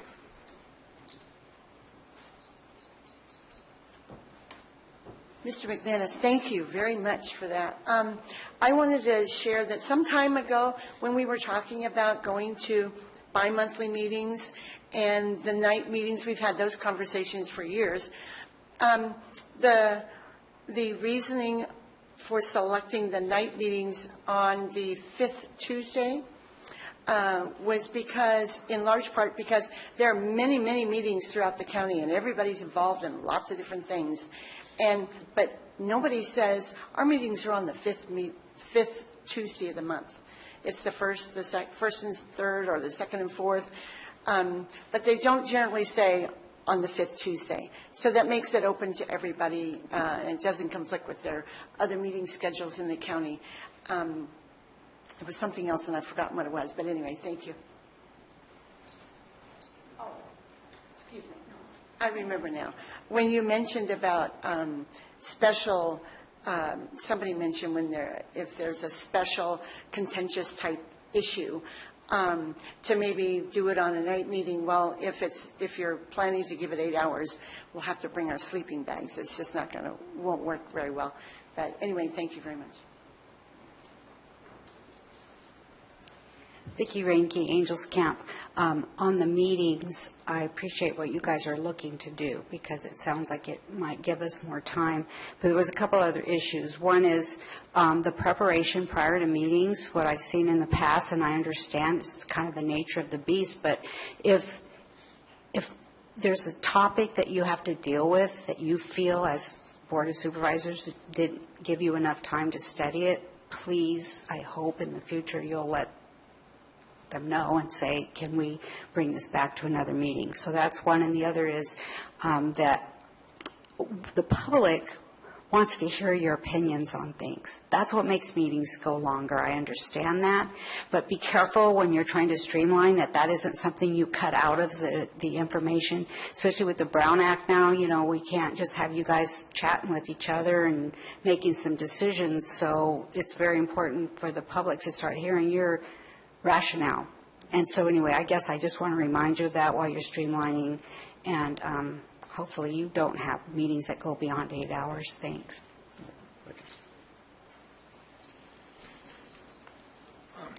Al Gallant Taxpayer Association. I think we concur with Bill and Vicki about anticipating meetings which might be controversial. Quite often, when you have these type of meetings, they're not here in the Board of Supervisors. They're in a larger in a location that can hold a larger number of people. Also, sometimes they have a tendency to be workshops which require more thought and study on some particular topic. It would seem that if you could provide more notice in advance of these meetings than short notice, that would be helpful for people to be able to come to it and also prepare for it. So, not knowing what right now what would be a controversial topic, perhaps the marijuana ban might be, but there might be some other ones. It would seem like the best thing to do would be when you get close to when that topic is coming up, provide the meeting date and location, and with adequate notice where the public can participate. And the notice should be similar to our regular board meetings, including the notice for preparing the packages or package for consideration. There's a 2-week period, not a 3-day period. Thank you.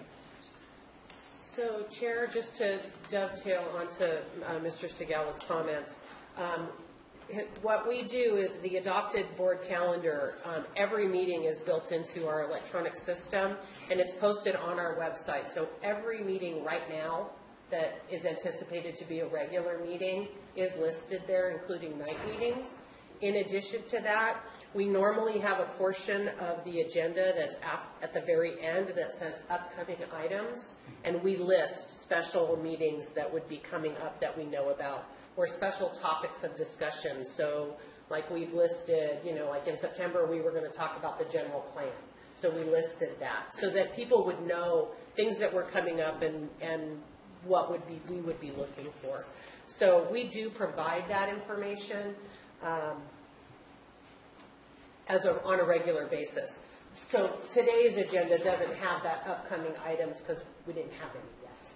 So I couldn't list anything, so I just took that header off.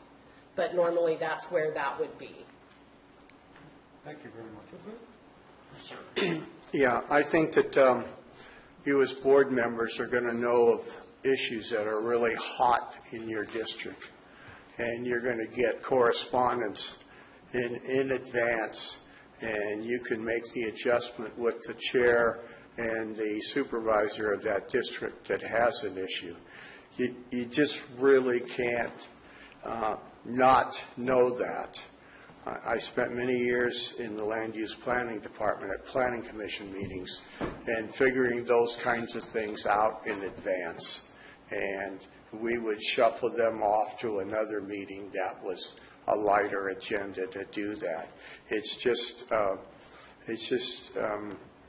really a lot of common sense, and it makes it a lot easier on Diane and the CAO and the chair and maybe the supervisor who has a huge issue on an item that's going to come before the board ought to sit down and figure that out and decide that should be on another agenda.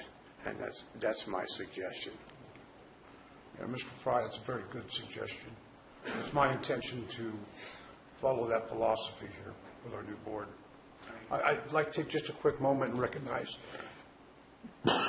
excuse me, Mr. Dana Jorgensen of Mr. Berryhill's office and Mr. Bigelow's office, and also everybody else that attended. Very special that they did take time out to attend our first board meeting here. Thank you very much, Dana.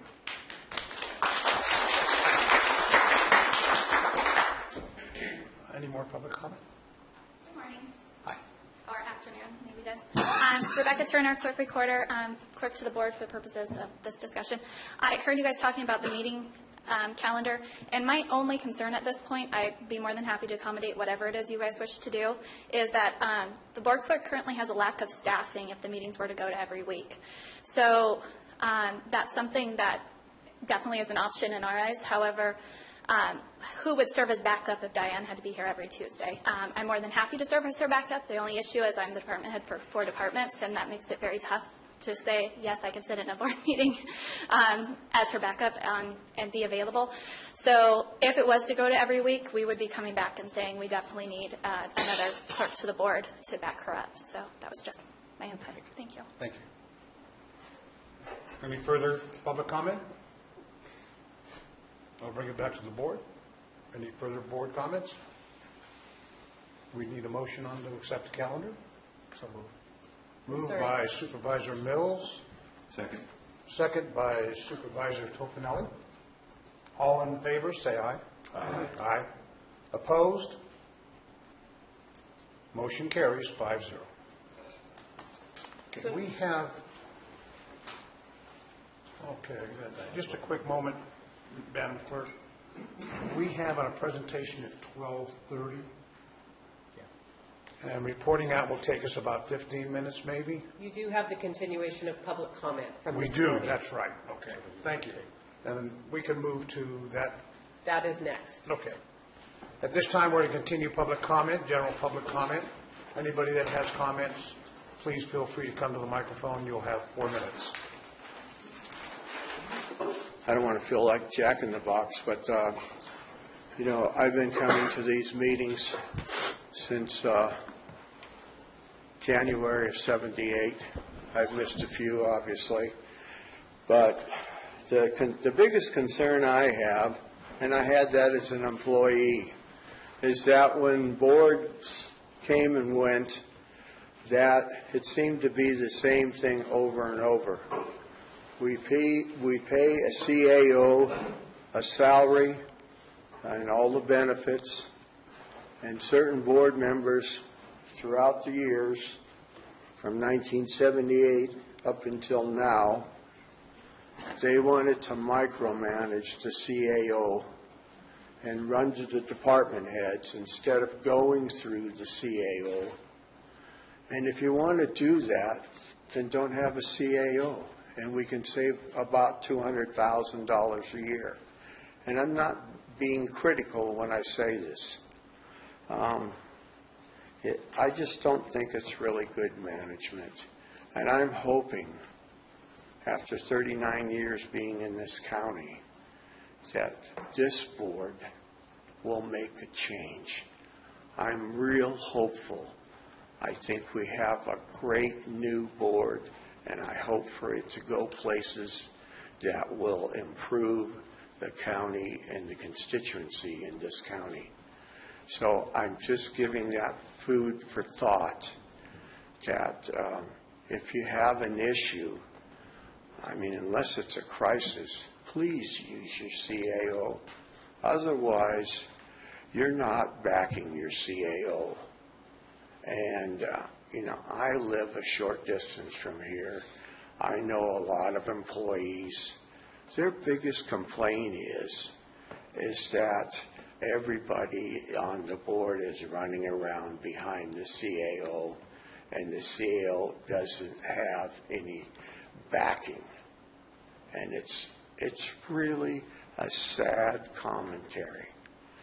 I spent 10 years in mid-management at Sears, and I never saw it run like this. I was in the Army for 2 years. I never saw it run like this. You have a chain of command.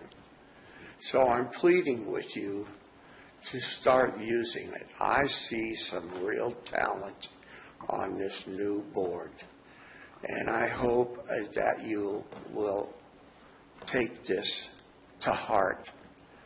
I see some people here on this board that I know have the ability to do that. So please, when you get your new CAO, back that person. And if you need to talk to the department head, then talk to the department with the CAO in there. don't run around behind the back. Just ask yourself, how would you feel about that if you were the CAO and those people on the board were running around behind your back? Nothing's that critical that you can't go to the CAO. And I'm sure after having spent, probably 30 minutes with our interim CAO last week, that he has a lot of good suggestions.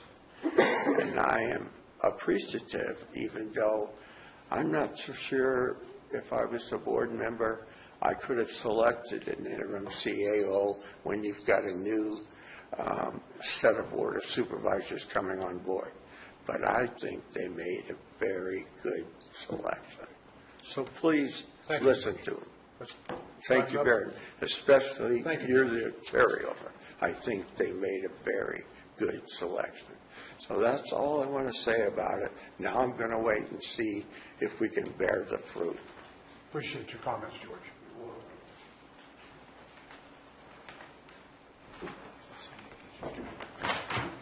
Serves me right for not jumping up on public comment.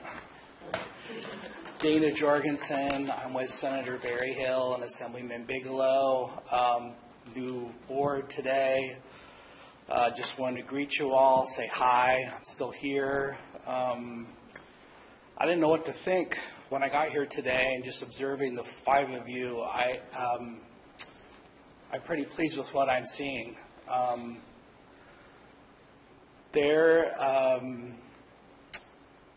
really hopeful for your future.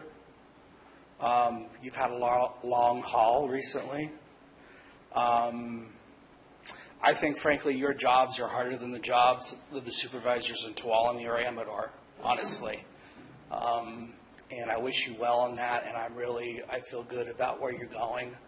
One thing I just want to throw out, I really do think you should look at getting a CAO and having somebody commit for 5 years. That's my personal opinion on observing different boards of supervisors. You need some consistency, and I think I'm seeing a little gelling of this today, and I'm really excited about that. I want to say hi. I have an office in Jackson. Give me a call. We were helping with the Butte fire. I know that's still going along. There's a lot to do there still. If you have things that you need us to work on or get on, let us know. Marijuana issue, I do not. That's a very, very, very, very, very difficult issue. And I wish you well on that issue. I get paid to have opinions, and I have opinions about probably everything. And I think I have my opinion changes on that at different times. And I'm getting phone calls from this county that I don't get from other counties. I'll just say that. And so you guys need to take that issue, make a decision, make it together, and go on, and we'll go from there. One of the other issues that's coming up in the legislature, I know the governor's proposing his budget today, and I don't have a lot of information about that yet, is one of the issues that we're dealing with is transportation. It's an issue that we've kind of been kicking down the road for a long time. There are two bills. Senator Beal from San Jose has SB1, and Assemblyman Frazier has, it says that's AB1. I'm not sure if that's true. They would roughly both raise about $6 billion. They would come from increases in the gas tax, and that's 12 cents a gallon, and registration fees. There is a $10 registration fee that has already been signed into law by Governor Brown. It's $10 per car. That's going into effect fairly soon. That is for the CHP, I understand.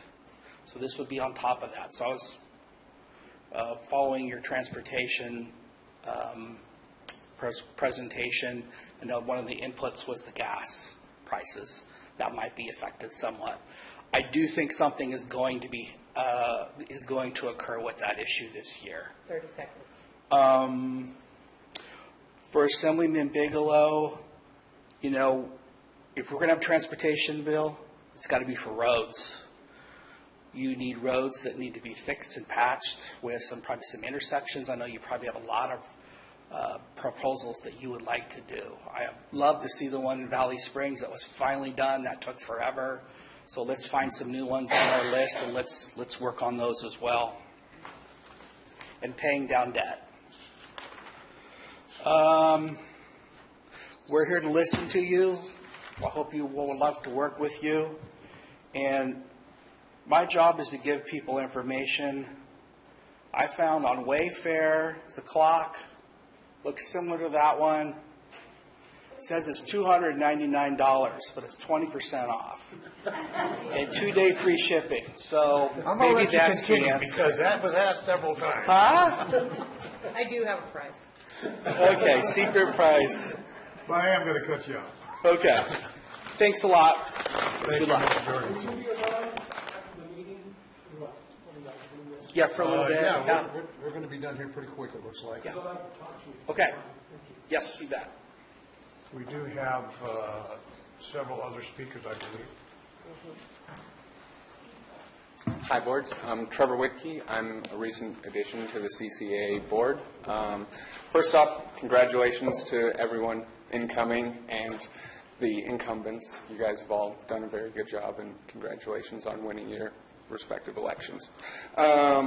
Looking forward, CCA looks forward to working with all of you and trying to figure out a way that we can move forward with regulations in the county. That's our goal. So, with that in mind, we'd like to echo some of the concerns expressed by Bill McManus and his colleagues regarding public safety. We very much support continued efforts and support of Rick DiBasilio's office in regard to public safety, and we feel that continuing regulations is one of the ways we can show our support for the sheriff. The funds that we provide through the urgency ordinance are helpful for staffing and for equipment purchases in the sheriff's office, and we want to see that continuing going forward.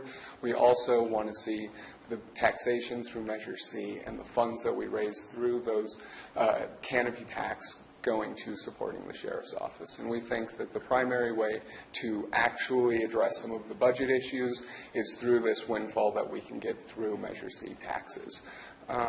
In addition to this, we also believe that significant progress has been made in the last few weeks with regard to inspections. We're very thankful to county staff and the different departments who are streamlining this process and getting more people through the program.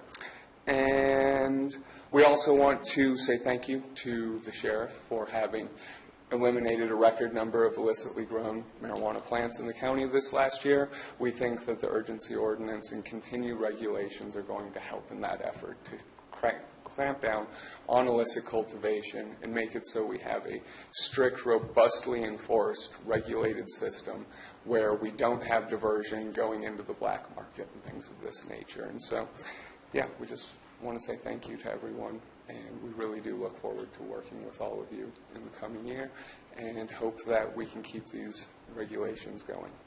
Thank you.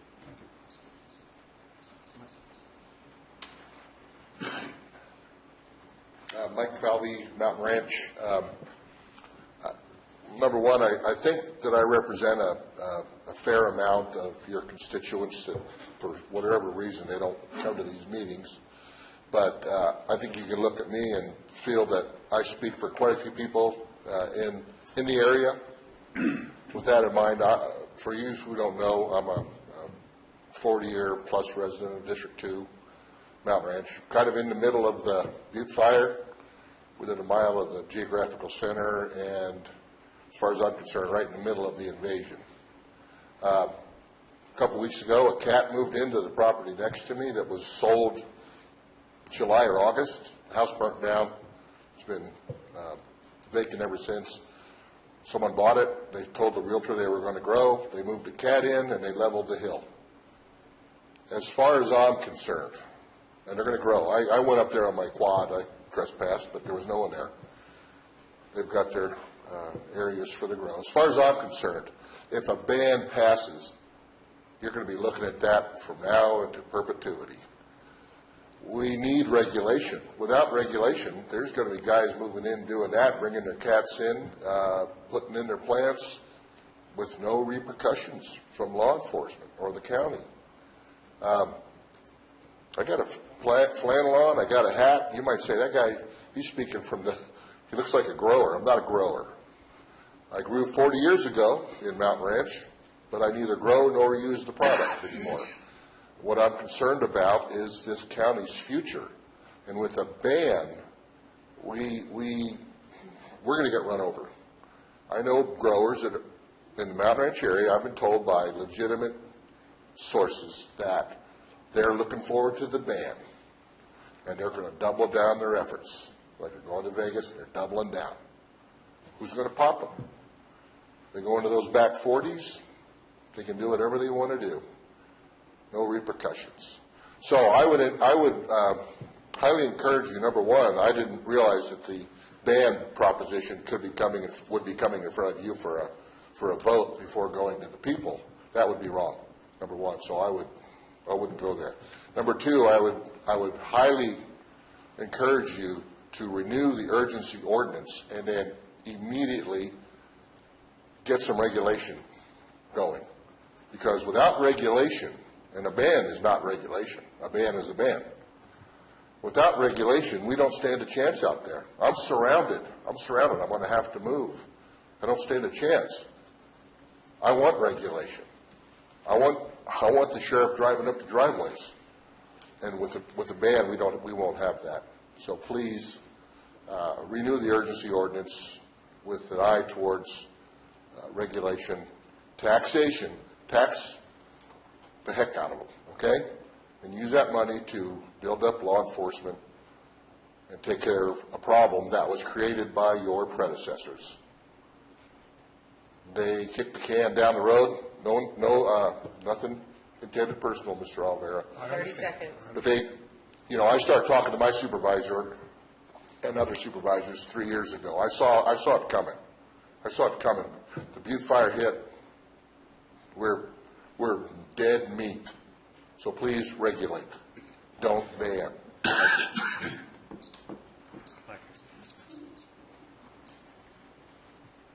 Al Segala, Taxpayer Al, Association. is this your second time for public speaking? No. Okay, just checking. I'm not speaking on behalf of the Taxpayer Association because we haven't taken a position on marijuana, except to try to provide balanced presentation on both sides.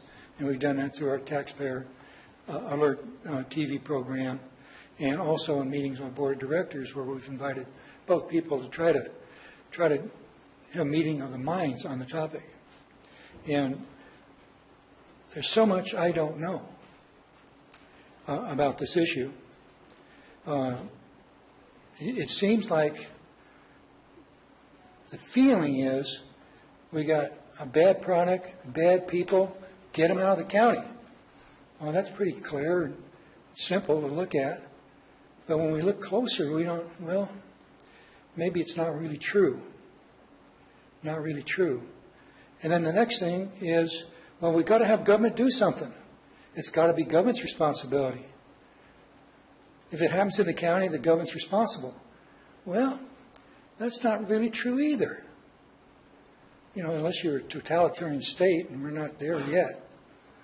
So we have two types of law, which some of you are aware of. And one is common law, one has to do with individual rights and trespass and how people can relate with each other. It's not based on politics or politicians. It's based on precedent. The other type of law is regulatory law, and this is what you mostly deal with, is regulatory law. When regulatory law dovetails with common law, I'll give you an example. You remember the federal government passing a law that everybody must drive 55 miles an hour on a freeway that's designed for 80 miles an hour? How'd that fly? It didn't fly because it didn't dovetail. It didn't dovetail with the rights of the people. We have to remember that. So if anything you do in regulatory law needs to respect the individual rights, not only the neighbors that are being abused by some marijuana farmers, but also marijuana farmers themselves. Our previous sheriff, when there was when farmers thought they were protecting their property from theft, kill people, and that's murder. And the sheriff indicated that even though there's a black market environment, his thought was his responsibility was to protect the rights of all the people, including the growers. If somebody's stealing marijuana, they need to report it to the police, not hide it from the police. They need to have law enforcement protect everybody's rights. There's certain principles that are clear, at least to me, that if we follow, we'll stay out of trouble. And I sent you an email. There's 7 questions involved with this.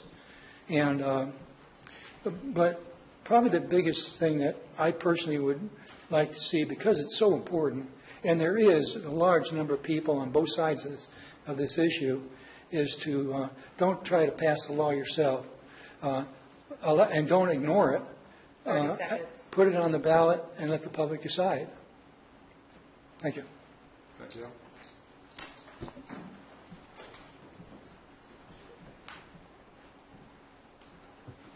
Afternoon, Mark Bolger, Mountain Ranch. I'd like to thank each and every one of you for the willingness that you're putting for the next 2 or 4 years respectively, or maybe 10 or 20, who knows, we'll see.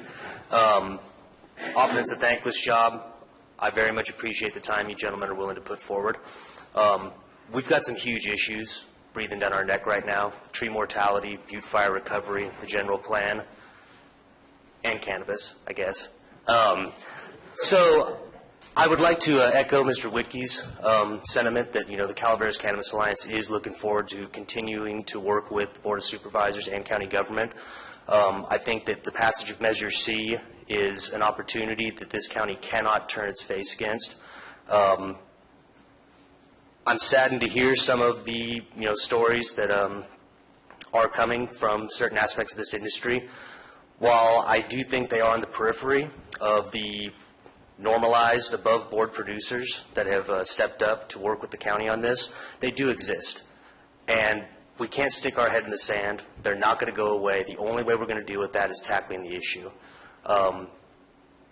Obviously, the proponents of the ban have collected enough signatures. It seems like this is probably going to be something that the people of Calaveras are voting on. I would encourage the board not to lose sight on still working towards a permanent ordinance. We've got the environmental impact report that should be coming in hopefully fairly soon. I think that, as many people that understand how agriculture works, when one season stops, the next one starts right then. There is no standstill in any agricultural sector. And I think that, working with the community on this needs to continue right now. Otherwise, we're just going to run into bigger problems further down the road. So thank you again for your gentlemen's time, and look forward to working with you. Thank you, Mark. Public comment? We're going to go back to agenda item 18, have an opportunity to report out from Ms. Stevens. I'm so sorry that I missed. I had to come back. So thank you all for being patient and waiting. I hope that you'll find our information very optimistic and beneficial for the work that's happening on the behalf of all of the volunteers that are committed to the Calaveras Recovers team. So I wanted to update you today on our cases. And when I'm concluded with this information, remind me that I want to tell you one other thing that's not actually here for me to report out to you on relative to the work that's happening for Calaveras Recovers. And this information that I'm providing to you as a board and to the entire community is actually with the teamwork that happens with Calaveras Recovers in an effort with the Red Cross. So these are the numbers that are coming forward from their casework that's happening in the field and in our office in Mount Ranch. Currently, we have 220 cases that are closed. We have 18 right now that we're looking at in the rebuild mode. I want to emphasize, though, that 8 of those cases currently just came to us within the last 2 weeks when we announced publicly that we would be closing our efforts taking on new cases. So those last-minute people, thank goodness, were able to participate in the last-minute efforts. What I mean by that is that we're not at the stage yet where those 8 new cases have actually fit the criteria. We do not know that they will actually become built. Hopefully they could. We just don't know yet. It's very preliminary for us. We do have 10 active cases that are in the build mode. And what I mean by that is the construction mode. We have 4 open cases with unmet needs. And we have 12 cases that are pending for callbacks and verifications. And we have 10 cases of residents that have passed away. We have 36 that have moved away. And we have 26 open active cases that have met the qualifications for the house in the box that are all included in the above numbers. So that brings us to a total case amount of 346.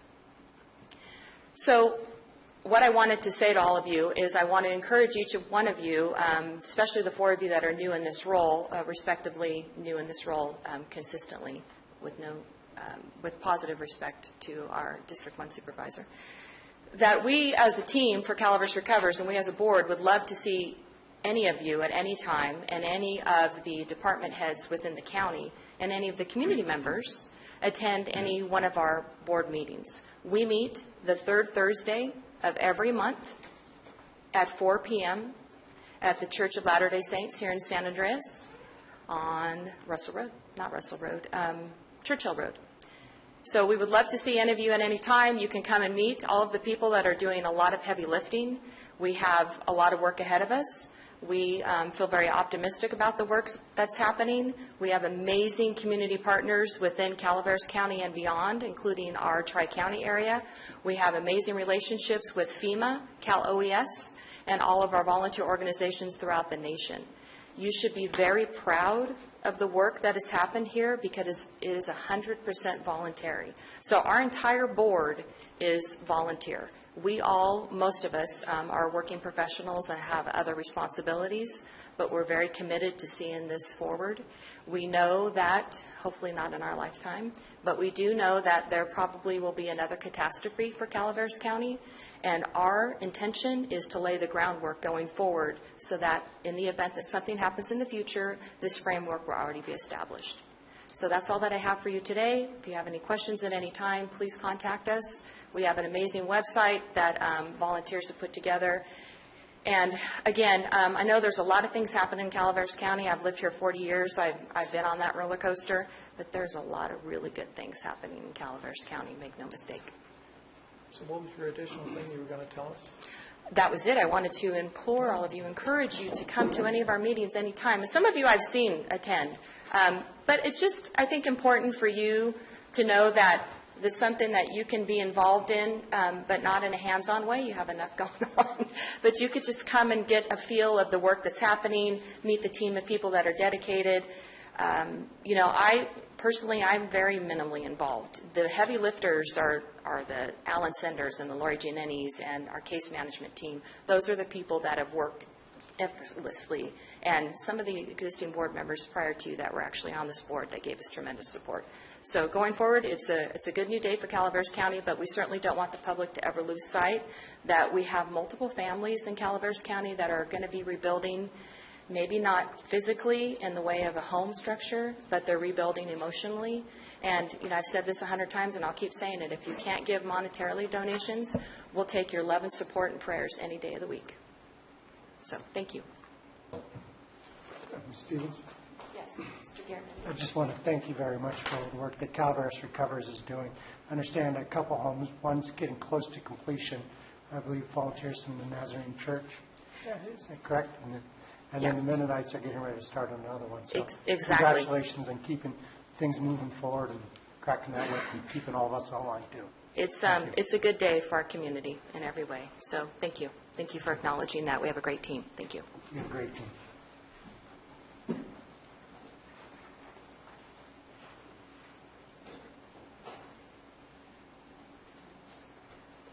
Any other future or further comments? Just no comments. Just table it. Okay, we just table. I believe we can go to. You can go to supervisor announcements now. Supervisor announcements. We did that already before. public comment this morning. We did that earlier.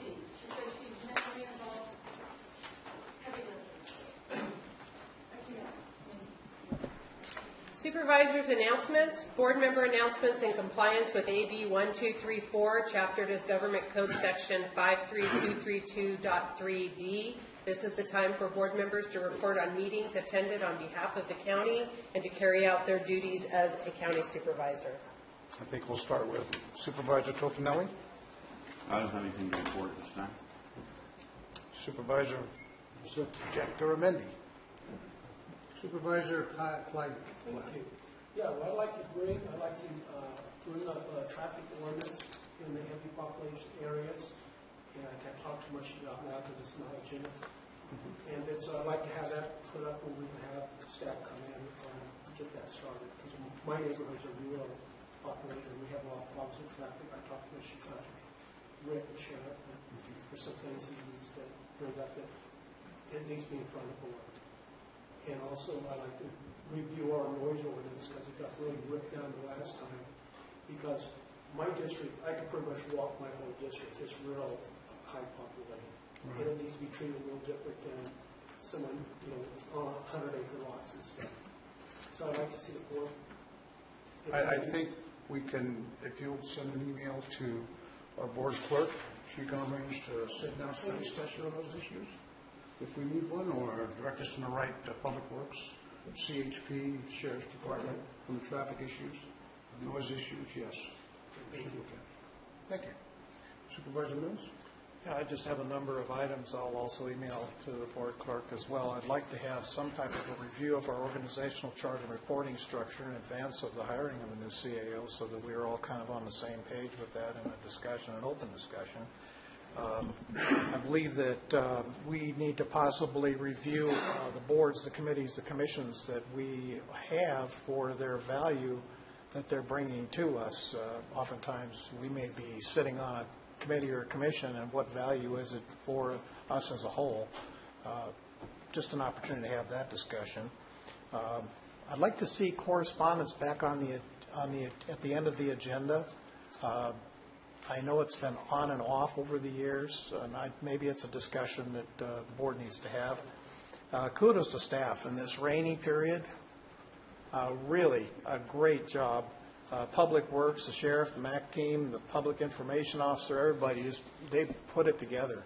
And although we've had some concerns, we've had some issues out there, nothing major. So it's thanks to the staff for keeping us all in line in this difficult time. So we appreciate that. Thank you, Supervisor Mills.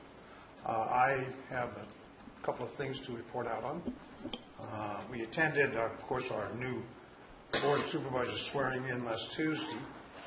And on Thursday, I attended the Juvenile Hall grand opening in Sonora. That is a wonderful facility. Let me tell you, ladies and gentlemen, I had the privilege of sitting on the advisory board. But most of the work had already been done. But I was very impressed. They've done a great job. Now, that means a lot to Calaveras County because before, when we had juveniles that were to be incarcerated for various serious crimes, we had to transport them to Nevada City. And it was very high cost. Now, with our facilities being so close in Tuolumne County through contractual agreements, we'll be able to free up some of our folks in our probation department because it's handled by our probation department. But the facility itself it's clean, it's modern, they provide education, they provide a way to go, if you will, to our juveniles. So I'm happy to see that happen. I attended several phone conferences on our tree mortality on the state level for our task force, most recently yesterday. And I'm proud to say that Calaveras County looks like they will be receiving, hopefully, a curtain burner and some adjacent equipment, some required equipment of operation very soon. I guess that issue will be coming to the board on the 24th, if I'm correct. County Council? Yes. We should be coming to the board on that. And lastly, I'd like to answer some questions from our citizens. You're right, $299, that's 20%. And this is a countdown clock.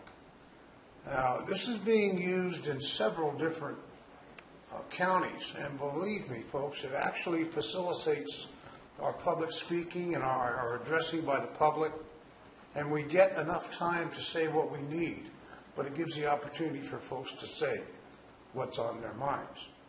And to answer the question, I was a person that recommended to the CAO that we get it, and admin went ahead and authorized it. Thank you, admin. And unfortunately, we don't have a setting for 4 minutes, I'm informed. So next time, it'll either be 3 minutes or 5 minutes, and we'll discuss that with the board. That's all I have. Anything else? CAO Lopez, any comments? None, Mr. Chairman. County Council Stedfield? The only thing that I would report out is, as the board knows, my office sought an Attorney General opinion as it related to filling the vacancy for the sheriff. It's been a long wait, but the AG did officially issue the opinion at the end of last year. I got a copy of it first thing this year. I do have a copy of it on the County Council website. No, thank you. And Board Clerk Sever. I don't have anything today, thank you. Do we need a motion to adjourn? Motion to adjourn. Ladies and gentlemen, thank you very much for coming. It's been a pleasure serving my first session as board chair. I look forward to it. And sick. And sick on top of it. That's just sick of us.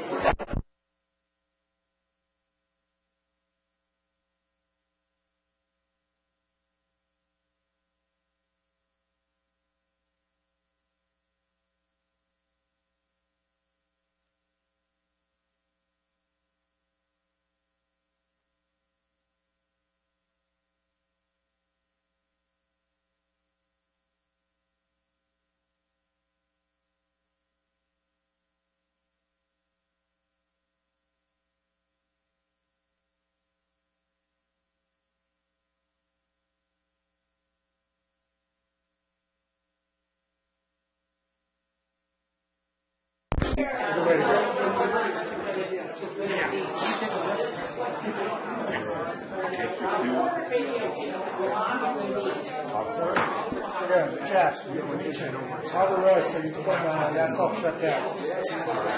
This stuff's raining now. Culver's got the rock.